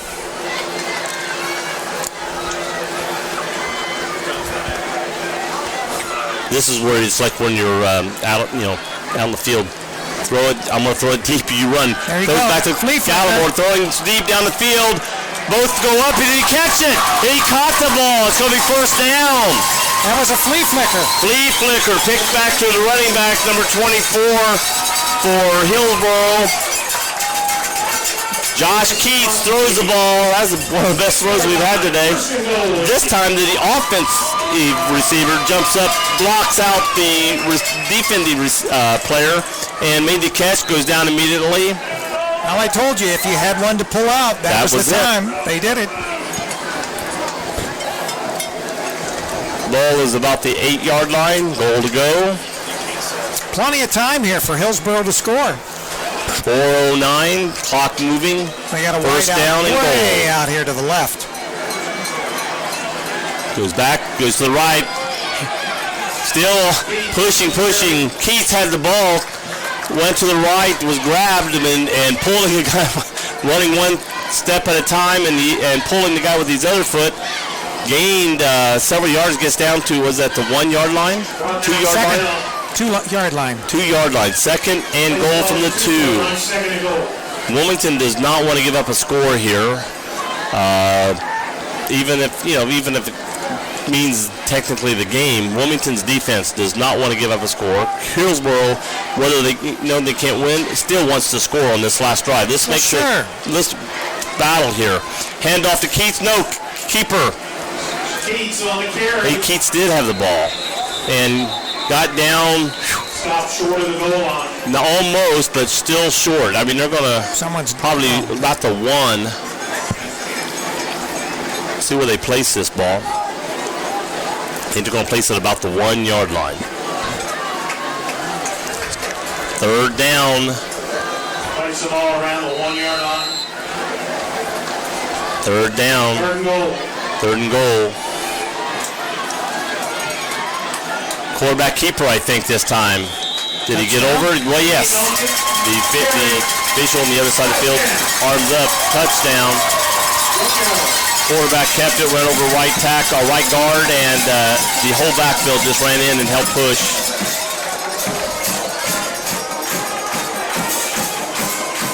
Shane Hunter scoring touchdown with 2:40 left to go. 35-54 going to go. Well, they're going to go for 2 or 1. So again, they're all over to the left. Now they're moving back over. Number 20 for Hillsboro back to kick the extra point. Britton Haynes up, kicks, looks good, and it is good. 36-54, 2:40 left to go. Wilmington has an 18-point lead. Well, one thing, the Indians have not given up. No, they scored 36 points on Wilmington tonight, which shows, again, as we said before the game, every game, even the ones they've lost, they've scored a lot of points. Yeah, they've got a They great showed offense. this, they can score points. Yeah, and quickly. And quickly, if they can just stop the other team from marching down the field and scoring. Well, it doesn't look like anybody is left as far as Wilmington. They're still over there. After they had the lead, 15-0, the score is 54-21. Casasa free checking that pays. Qualification rules apply. See financial institution for details. Member. And in our earlier game, if you want to call it that, on our other channel, Beaver Creek came back at overtime, defeated the Fairmont Firebirds 21-14. Yeah, and After they were down 14-0. Again, nothing to lose here. I would look for an onside kick. Final score, Chillicothe. Well, Hillsboro wants the ball back. So why kick it deep and try to stop Wilmington with 2:40 on the clock? I'd kick it short, try for an onside kick, and do your best to get the ball.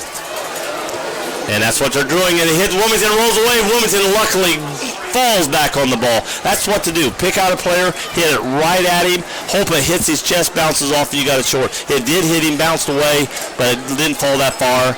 And I think it hit Matt Smith, and I think Matt, being a receiver, was able to fall back on the ball and cover it up. Yeah, you want to keep your hands squat out there. 46-yard line.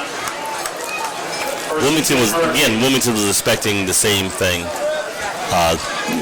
Nothing to lose there. I mean, Are you saying that we're not really that smart? You know, I don't think it's so. only the obvious that we. I think that was very obvious. We yeah. only state the obvious. We state the obvious. All right, Wilmington looks like has backup. No, they got some new players on the field, but Evans is still in the game. I think Phillips is. 56 is in the backfield for Wilmington right now, which is Dalen Williams. Going up the middle, throws it out to Phelps, going running, and going to be a touchdown for Wilmington. Phelps, 54 yards for the touchdown.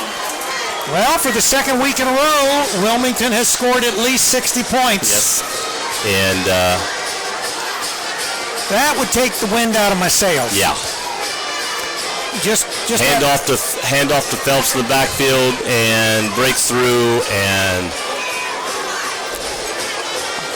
I'd say the people running in, I'm looking after the numbers I'm looking at there are numbers that are playing offense. I see the Gallimore, I see the quarterback for Hillsboro in defense, and they're tired. Henry in. Ball down, ball up. It's good. It's good.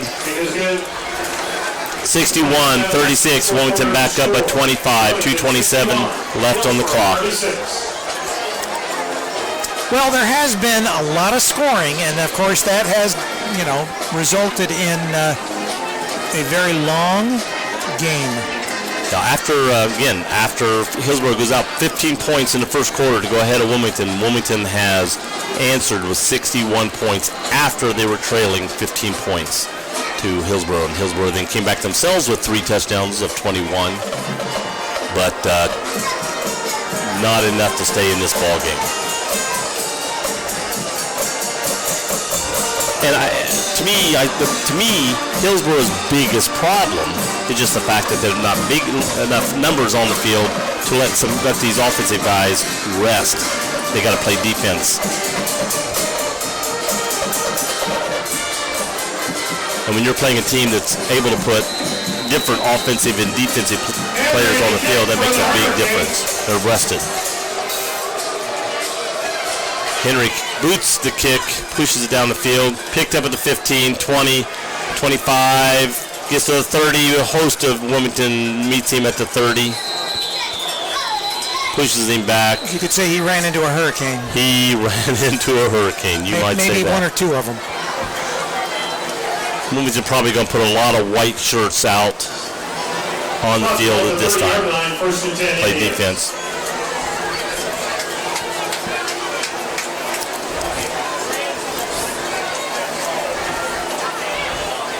Hunter Chain still going out as quarterback for Hillsboro.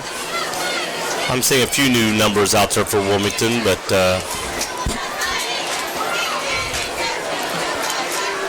Wilmington does not want to give up another score with 2:18 left in the game. They want to see the clock tick, tick, tick.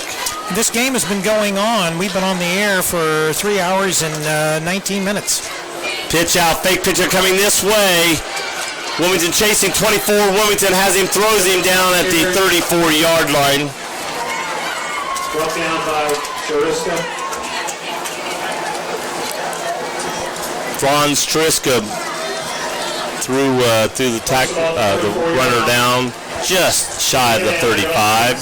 Going to be about a foot shy of the 35-yard line. It's going to be second down and about 6. It's like the fans are starting to head for Timeout, Hillsboro. Timeout Hillsboro. That is their second, I think, timeout. They still have one left. If nothing else, Hillsboro's probably calling a timeout just to give them some fresh air again. I mean, you just had the timeout from changing the ball, but the players that were playing defense are now back out playing offense, and they're out there going. And with 1:47 left on the clock, you got a lot of tired bodies out there. Now, since I have to go to Tim Hortons to pick Roger up, if you want, I can probably drop you off so that you don't have to. Yeah, I'm not going to drive all the way to Tim Hortons. No, unless you wanted a cup of coffee or a pastry of some type. Still have my. You're still drinking your warm tea. Your warm tea. My warm cold tea.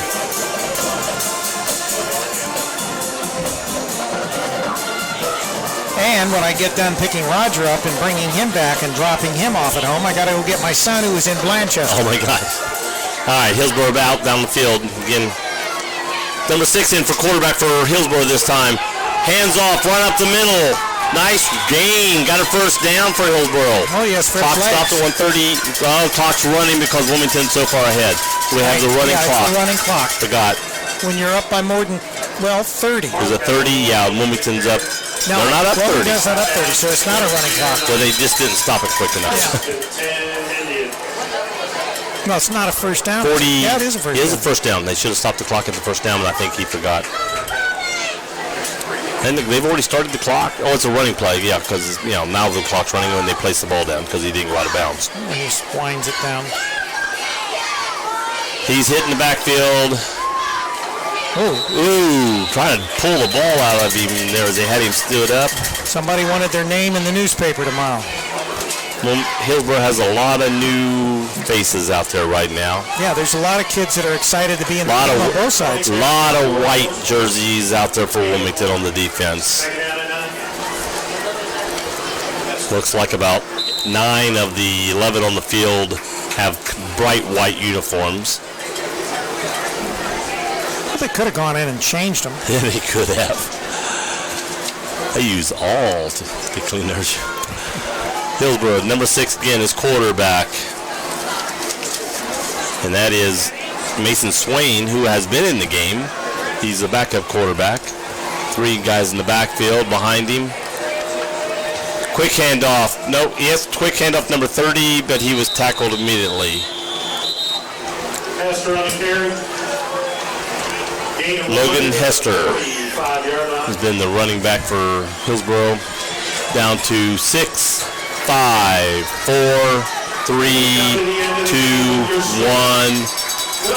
There's the horn. Game is over. Players lined up on the 50-yard line to go meet and shake hands.